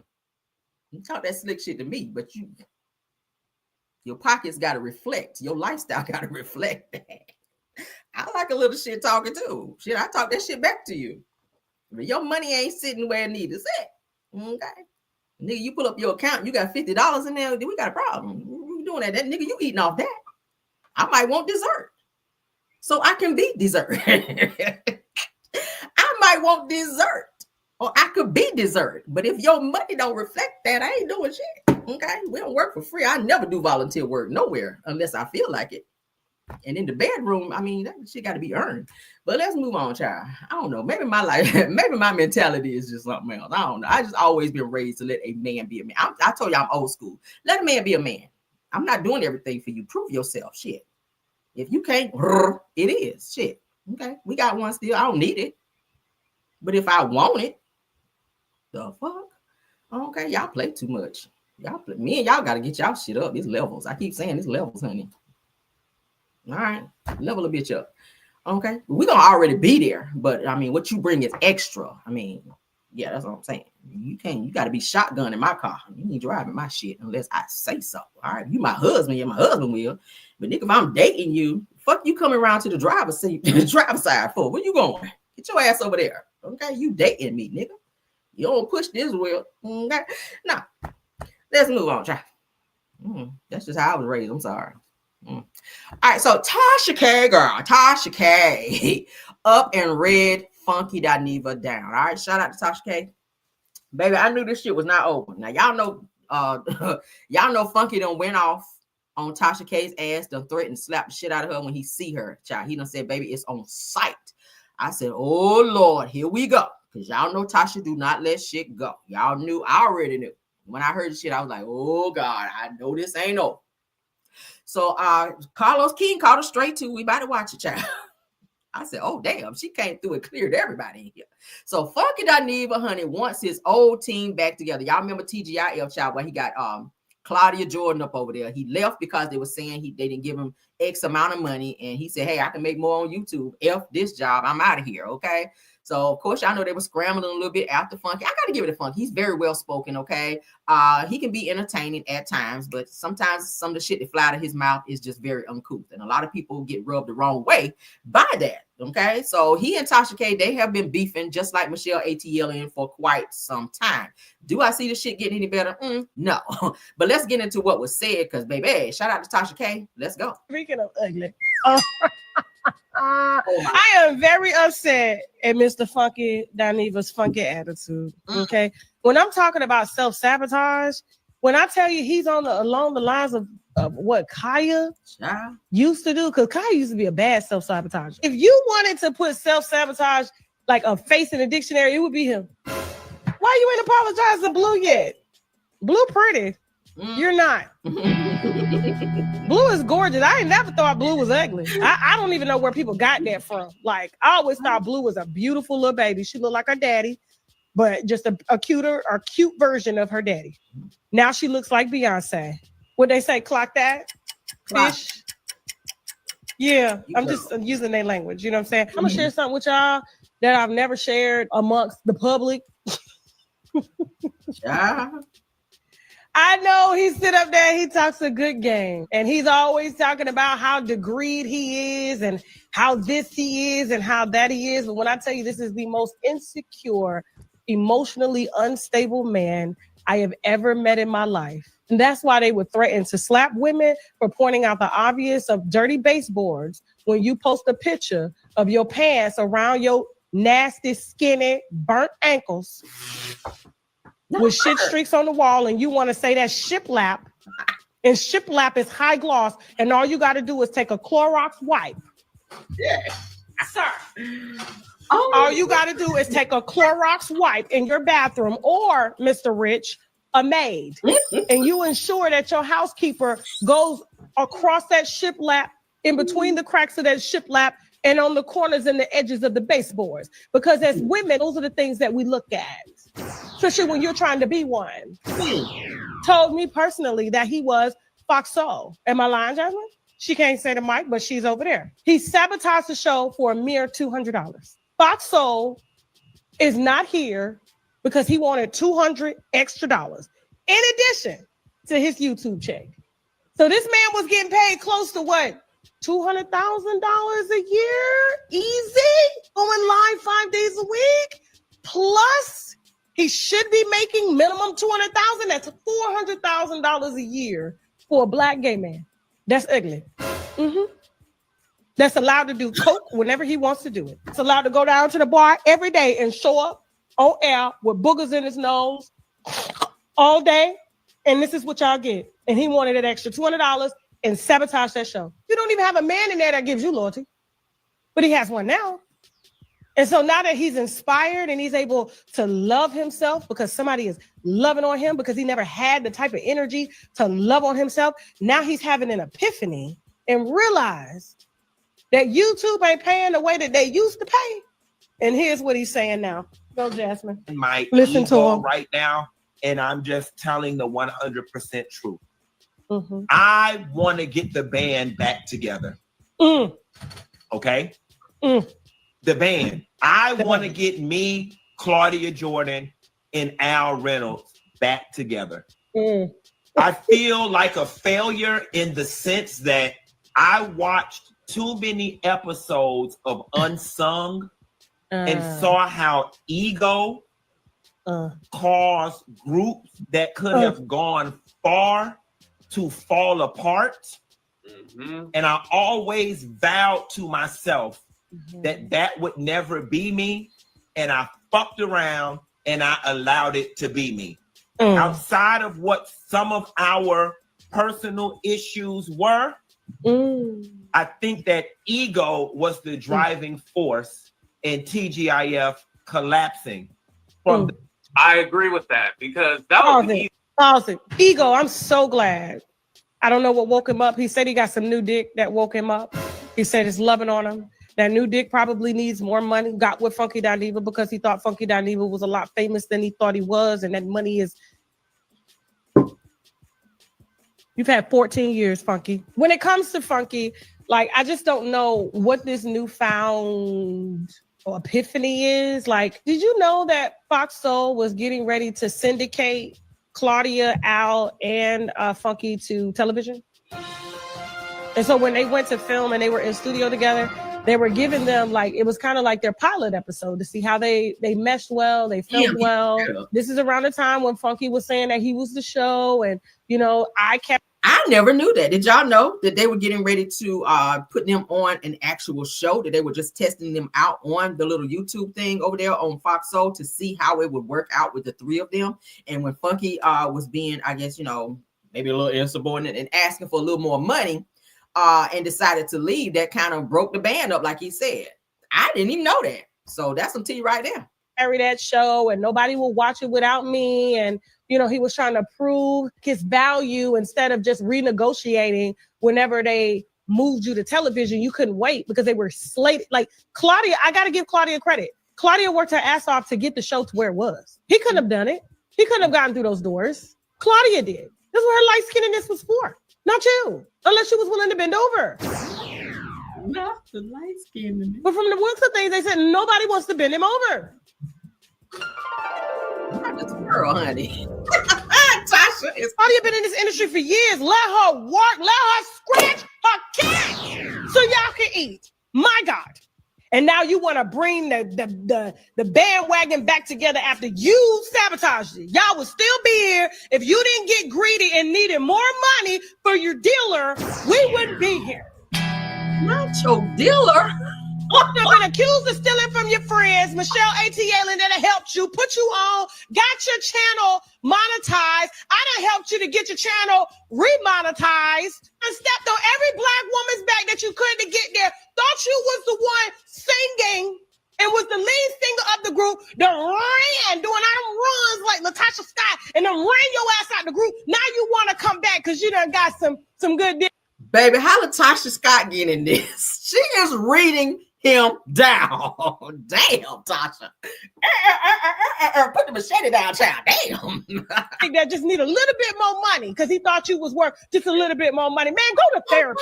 Take your ass to therapy. You are too old to be out here acting like this. Claudia, here's the thing. To your cease and desist that you sent me about what that young boy said about fixing your credit and your bank statements, ma'am, I wasn't there. You need to redirect that cease and desist to David Cunningham. He is the one. He is the scammer guy who y'all claim is a scammer. He know y'all. He got pictures with y'all, and he claims that he helped you to get into an apartment while you was on Real Housewives of Atlanta because you didn't have the income to qualify for that apartment. So why are you sending me the cease and desist? What am I going to answer to in court? Girl, go scratch that cat. Go scratch it. Attention all streamers. Ray J and Jesus. What you... happening? I feel like I got dropped off in a. What y'all think about this? Words. I have no words. Damn, Tasha. Well, we already know what Funky Dineva gonna be talking about today on his show when he go live. I'm definitely gonna be watching because I know a rebuttal is coming. He always responds when Tasha get to talking. Now he already said he was gonna slap the girl. Lord, these two will never stop fighting. These two will never stop fighting. This shit here is just, oh my God. What y'all think about this? This shit here is not going to end well. I just know it. Shout out to Tasha K. Shout out to Tasha K. Okay. I like Tasha. She's very controversial, just like Funky. All of them are. Everybody is. I mean, shit. It comes, I guess, with the job. I don't know. They're going to stay. Tasha stay in some shit. But what she is not afraid to do is read a bitch down and let you know how she feel about you. And she going to always put your damn business out there. So if you ever piss her off, be prepared for your shit to be on Front Street. I'm just saying. She don't give a hot boiling damn about it. And I'm going to sit right here and watch. And y'all see me sipping my tea? Shit. Hold on. Okay. Damn. Oh Lord, Funky, I'll be there. When you go live today, I'll be there because I gotta hear this shit. I know he gonna throw it in. He always do it sneaky too. He gonna act like he just doing his show. Then go, and I gotta address this. That's why I'm gonna pop in. When I hear that, and I gotta address this. Tasha K with her bald headed ass. When I hear that, that's when I'm clicking on because I know the shit about to pop off. Oh my god, twirling this shit right. Shit, I don't twirl too. Hold on. Baby, the way she twirled around in that chair, that's when you know you're ready to bitch down. You got to twirl off on their ass. Ooh, child. Tasha, girl. What y'all think? Y'all put it in there. I ain't even got no commentary behind that shit. I'm just going to be right there watching. Let's move on. All right, let's move on to Gizelle. Ain't got no man Bryant, child. Gizelle ain't got no man Bryant's ass. Child, y'all know she being sued by Eminem, okay? Rapper Eminem. Okay. Ooh, child. So her kids. Wow, these pop-ups. Ooh, I hate this. All right, so her kids, child, her kids that she had with Jamal and his bald-headed ass. Gizelle Bryant's kids say that they turn off Eminem's songs, child, when he come on the radio due to his lawsuit with their mama, okay? I mean, they ain't gonna get shit, but that trap house that her ass got over there, okay? Gizelle ain't got shit. Okay, she just got a Range Rover, and how long you been on the show, girl? You should have been had a Range Rover. Your money ain't been right, okay? Your kids in college now, so you ain't get no more child support from Jamal, and he got a new wife over there, so he's spending all his money over there so she can be dripped in Gucci and gold. All right, yeah, that's what it's giving, girl. That's what it's giving, girl. It took you 47 seasons to get a Range Rover. You riding around that little what's that little car that Dr. G was peeling out in on the show. She riding around that little shit for the longest. Finally got her Range Rover. Now she's speaking out on the podcast about Eminem. Now he done up and sued your ass. Like I said, I don't know if he gonna get them cheap ass rooms to go pillows that your ass got up over there in your living room, and that cheap little trap house your ass went over there and refurbished. Okay, do it even have a garage? Okay, your sidewalk is like this instead of like this. I don't know, girl. All right, you ain't got no flowers and all that shit in your yard. You the only housewife I know out here living thrifty. But go off with your non-dressing ass. But anyway, I don't like her. I'm sorry. I had to go there. And I know Gizelle. I told y'all. Okay, I know some shit about Gizelle. I can go there. I can really go there and read her ass down if I want to. But we're gonna keep it on. We're gonna keep it on about this topic right here. Okay. Because I can clear Gizelle right now, honey. I can clear her because I know a whole lot of shit. I know a whole heap of shit about you, all the way back from Baltimore, ma'am. Okay, we can go there. I can talk about shit all the way back from Baltimore about your ass. Okay, let's keep it here. Okay, I can do a whole live about Gizelle, and I ain't even got to say allegedly. It showed the hell did. Okay, because Jamal was married when you met him, right? And you was a what, girl? It's called a side piece. Yes, you were, girl. And how you got in there, and look how he treated you, girl. He knocked you up and gave you a bunch of kids and walked off and left your ass, just like he did his wife when you was with him, girl. You was sitting back waiting to be the first lady, and it was already a first lady. And when your ass became first lady, what did he do? The same shit he did to everybody else before you, girl. Girl, he put on his good red bottoms and girl walked away, honey. Jade said, don't walk away, but that's exactly what his ass did when he got with your trifling ass. Okay, so you don't need to be speaking on nobody's relationships because I see you being real loud about this Porsha Williams and Britt Edie situation. You might want to go ahead and shut the fuck up, all right? Because you can't speak on no one. You can't keep a man. You paid to have a man on the show, and he still left your ass. So you might want to get a refund because the nigga did not stay within contract. So let's get into this. Gizelle Bryant, honey, and her kids have this one rule when it comes to music. And we ain't got to say allegedly. Because I can name names of people that I know in the same circle. Okay? Because Jamal's nephew played the organ at my grandmama's church. And I know him well. And he was married to Lil Mo, the singer. I know her too. I know a whole bunch of shit. I can clear you, girl. So if you ever fix your lips to want to even say my name, baby, be on your Beyonce and Kelly and Michelle bullshit and say my name, a clearance will come your way. Okay. Yes, it will. So speaking exclusively to people at the Love Hotel premiere screening at a private residence in Bel Air Sunday, okay, April the 27th, okay, the 54-year-old Real Housewives of Potomac star says that Slim Shady, known as Eminem, is one person that you will never hear played in her car or in her home. Of course, because you're being sued. You weren't no fan before that, but go off. Says it, oh my God, no, says it. And the funny thing is, because if it comes on the radio or in the car, said that my kids would be like, oh, that's Eminem, turn it off, mom, okay? Says that my kids are on top of it and they know there's no Eminem for us. Well, you gonna listen to him before, okay? Says that the Bravo personality is a mom to 3 daughters, as you guys know, Grace, who is 20 years old, and the twins that she got by Jamal and his lying cheating ass, Angel and Adore. They're beautiful girls, all right? They're 19 years old. As you guys know, they are away in college, okay? So she's an empty nester over there in her trap house, girl.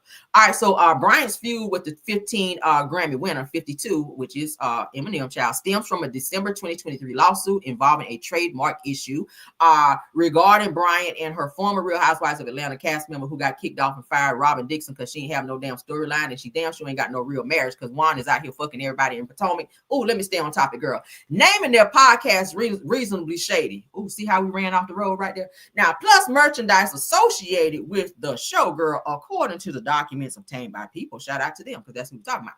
All right, so as you guys can see, Gizelle and Robin went and named their podcast Reasonably Shady, and Slim Shady, as they call Eminem, girl, he was like, yeah, no, that's my song is trademark, and I'm gonna need y'all to change that. They refused to change the name of their podcast, so he launched a good old trademark lawsuit against them. So they're still fighting in court for that. So I think that he's gonna win because he did trademark it.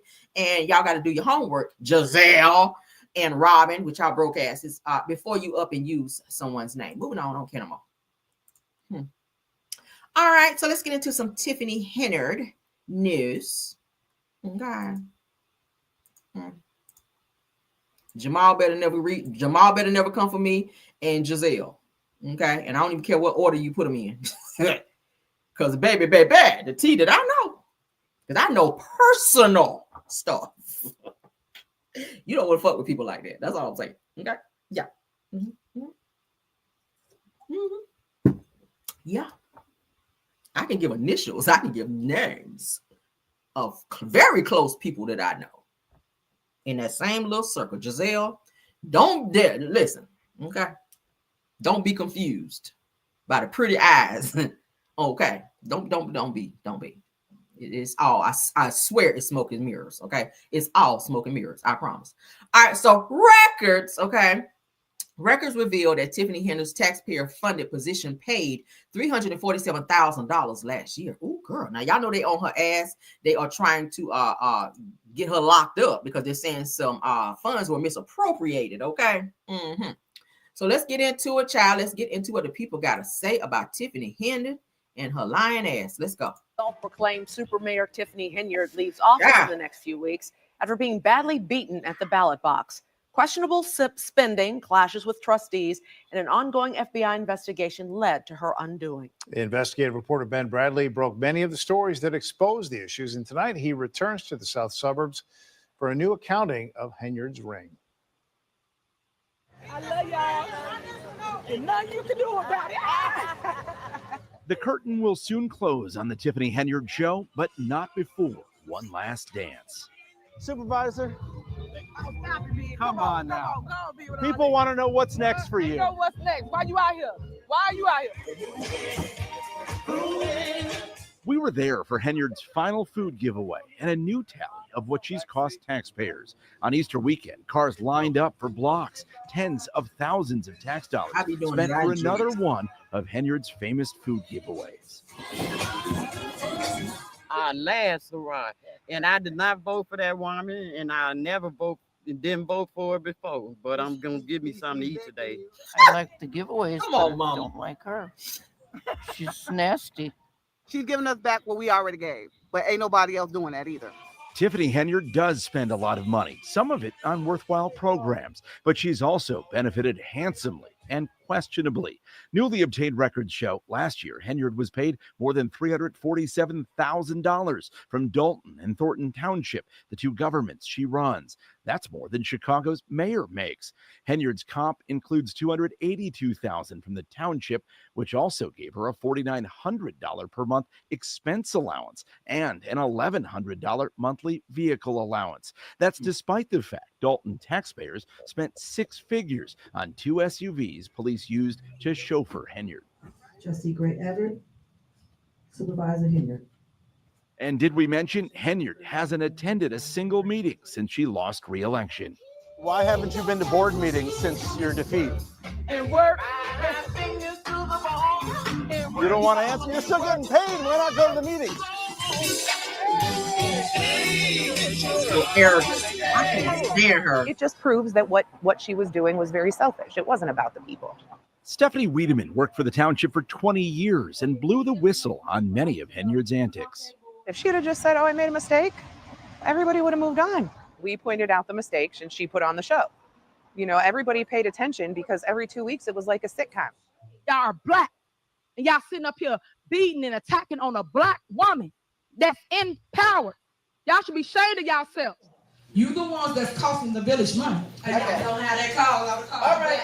Okay. What was she supposed to do? You wanted her to expound? Don't drag out the meeting. I made a motion. WGN Investigates has documented first-class trips for Henyard and her entourage that cost taxpayers well over $100,000. There was a stay at a Four Seasons and steak dinners.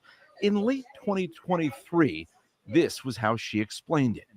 I do not handle anything as relates to with credit cards. As you heard me speak today in my board meeting about, I do not handle that. Some of those charges are for you, though. No, sir. You didn't go to Las Vegas? Lie.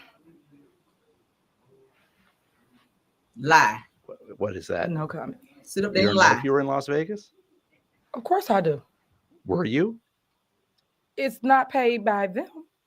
Taxpayers are the ones Why you stuck with the stalling? bill. The supervisor and others get unusual perks, including $600 a day for every day they travel out of state for the township and $400 per day for travel within Illinois, plus the cost of their travel expenses. We asked Henyard's successor whether he agrees with the supersized paydays. What you make is based upon what you are able to deliver. That's more so saying, like, you know, people believe that professional athletes shouldn't get paid millions of dollars, that doctors should be, or teachers for that matter. So I'm not going to get here and go into a debate about what should be getting or what should be this salary or this. With what we've been through and how easily we saw it is to abuse the system, I think it's important that the residents pay attention and continue to pay attention and continue to hold people accountable. Despite it all, the spending, a questionable cancer charity, an ongoing FBI investigation, and even a brawl at a board meeting. Henyard still has her supporters. I think she's doing what men have been doing for years as far as her security and all those things. She needs that. She give back to the community. So, I mean, what more can people ask for?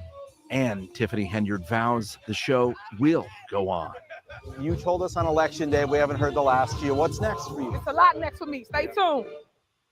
The FBI is still tuned in. Sources say agents have visited several of Henyard's allies at home in recent weeks, looking for information and cooperation. As for the six-figure township supervisor's salary, it was 6 times higher than the leaders of Illinois' other largest townships, but it will be reduced to just over $50,000 per year when the new supervisor takes over in mid-May. Some of the other allowance perks, they'll remain in place. Ben Bradley, WGN Investigates. The people here that you rely on. Child, she in a lot of trouble. She's very arrogant too. I cannot stand her.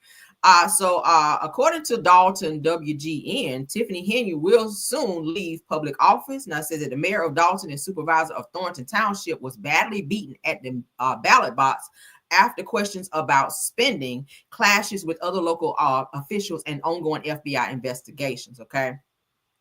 Now, WGN Investigates caught up with Henyard at a recent township food giveaway, as you guys just saw, where she dodged most of their questions, but hinted at a still promising future. Okay, yeah, in jail. She said that she still has a lot going on for them to stay tuned. Said that what's known is Henyard spent a lot of money while in public office, some of it on worthwhile programs, but WGN Investigates has found that she has personally benefited more than has been previously reported. So it's given some mismanagement of the funding that her ass gonna have to answer for too. Y'all see that huge stall when they asked her about going to Las Vegas. She couldn't give a straightforward answer. I've been to Vegas. Nobody asked you that. They said, did you spend funding? Have credit cards that were given to you through Dalton Township been used on going to Las Vegas on personal use? She couldn't answer that. She couldn't give a straight answer. She sat there looking stupid, which it gives that you probably have. Because most people who've not been involved in that would just straight out say no. So why you couldn't just give a fast no versus a slow yes?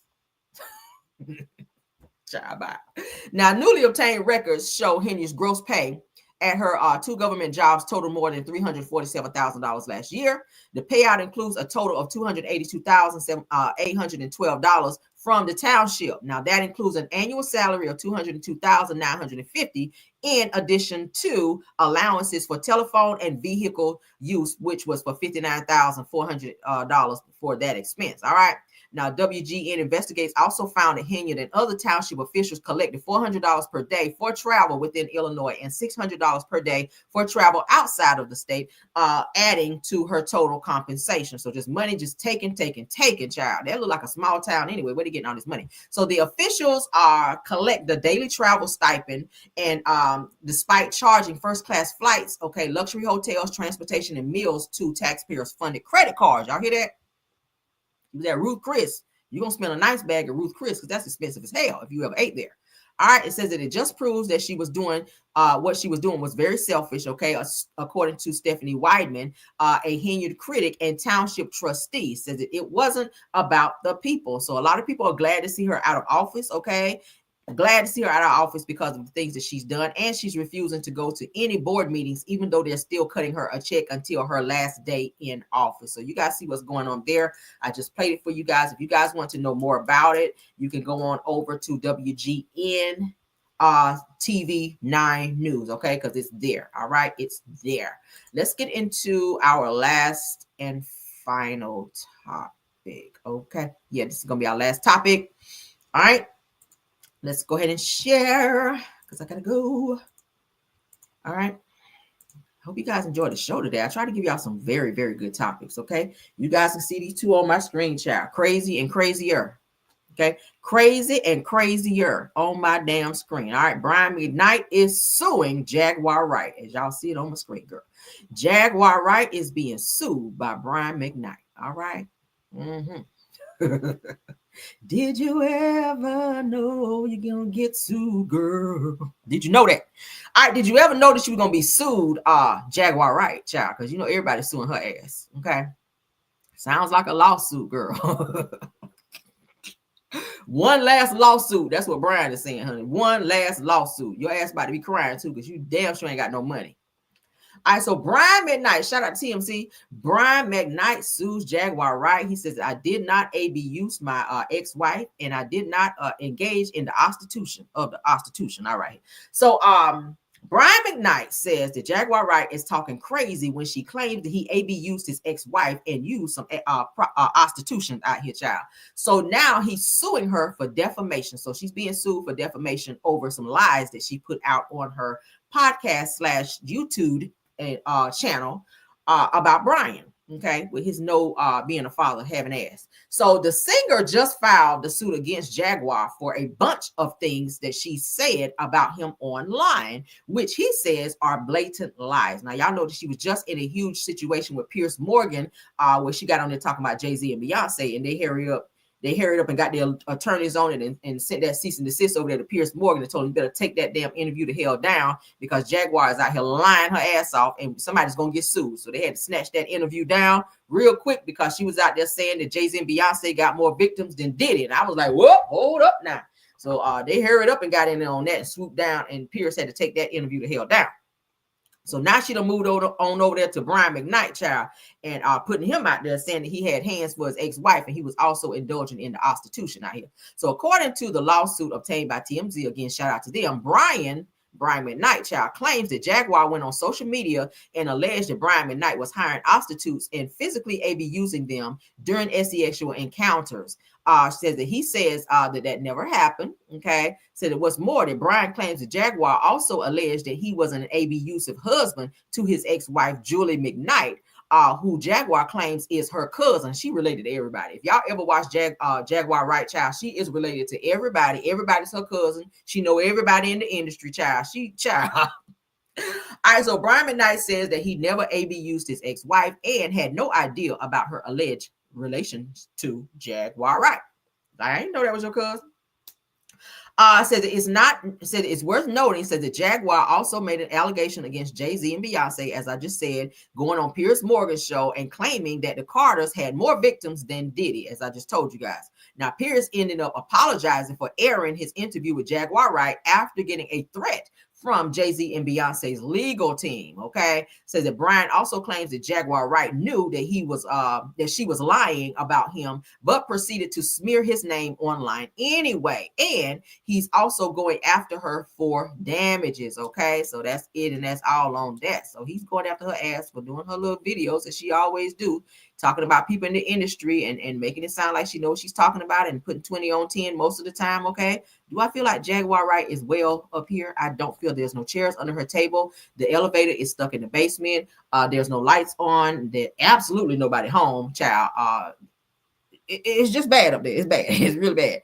I really want somebody to get to Jaguar and figure out why the fuck she continues to do this. It's like from one celebrity to the next. First, she was talking about Alicia Keys. She's been talking about everybody in the industry. If you guys follow her, like I said, Jaguar talks about everyone. But Brian McKnight was like, yeah, bitch, it's going to stop here because I'm filing a lawsuit for defamation and for damages. Y'all know Brian still try to be out here touring after people have already blacklisted his ass because the way he treated his kids and the way he continues to treat his kids after he married that little Hawaiian lady over there, took her kids in and claims that he's the father of them, but not his own. So people are not really supporting Brian.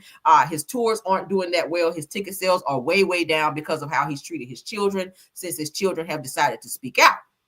So maybe he's trying to get the money on the back end with Jaguar Wright. Where you gonna get it from, I don't know, because she out here running around stealing U-Hauls and getting locked up for that. So I don't know where you're gonna get the money because she ain't got it. Maybe you're gonna get some of them YouTube checks, maybe garnish her YouTube checks because she does have a YouTube channel. And she does get money from that, but Jaguar stay in jail, child. Jaguar stay having to pay bail and bond money and everything else. Shit, okay. Probation, you got to pay to be on probation and all that. So she keep getting probation and when she has to pay that. So I don't know where you're gonna get the money from, Brian. Maybe a cease and desist would have worked out because Jaguar ain't got no damn money. Okay, she only what. She did used to be hot back in the day. Jay-Z did, take a chance on her and put her on, Love Song, his song there. And we ain't heard no more from Jaguar. Okay. It's very sad that she is out here in this position that she's in to where she got to be out here talking shit about the industry. Nobody fucks with her in the industry at all. But yeah, maybe a cease and desist would have been better for you, Brian, because like I said, you wasting your money on this damn lawsuit of suing her for damages and anything else. She ain't really got no money like that. But go off. I get it why you doing it, because you want to shut her up, but Jaguar is going to be Jaguar. Jaguar is going to say what the hell she want to say. I see y'all putting it there, Brian is trash. He is. Ain't nobody fucking with Brian right now. Ain't nobody fooling with Brian McKnight. Brian, ain't nobody fooling with you. I don't know if you knew. I don't know if you knew. Okay? Because y'all know a few of his shows he's had to cancel. Brian McKnight has to cancel shows because his record sales are so, his ticket sales are so damn low because people are not fooling with Brian. Okay, and that's a shame because he's very talented. I used to listen to Brian McKnight, child, back in the 90s, 2000s, all the way back there, child. His music is very, very nice. One Last Cry, all of his songs, okay? All of his songs. But now that he's showed his ass and treated his kids that way, people are like, yeah, we're fooling with you, Brian. But so that is it, and that is all. He is suing Jaguar Wright. We're going to see what happens with that and where it goes. My guess is you ain't gonna get one red cent, okay? But that is it, and that is all for our show. I hope you guys enjoy. Shout out to the 619 or 620 watching, okay? Thank you guys so much for being here, supporting. Thank you to my Caramelians, okay? Thank you to my mods. Thank you, Bell Wilson, KBR Tyra. Thank you, Scorpion Miss. Thank you, Truth TV Podcast. Thank you, Rose Armstead. Those are my mods. Thank y'all for doing an awesome job, okay? Y'all said Brian ain't ish. You're right, brown skin girl. Brown skin girl said he ain't ish, and he ain't.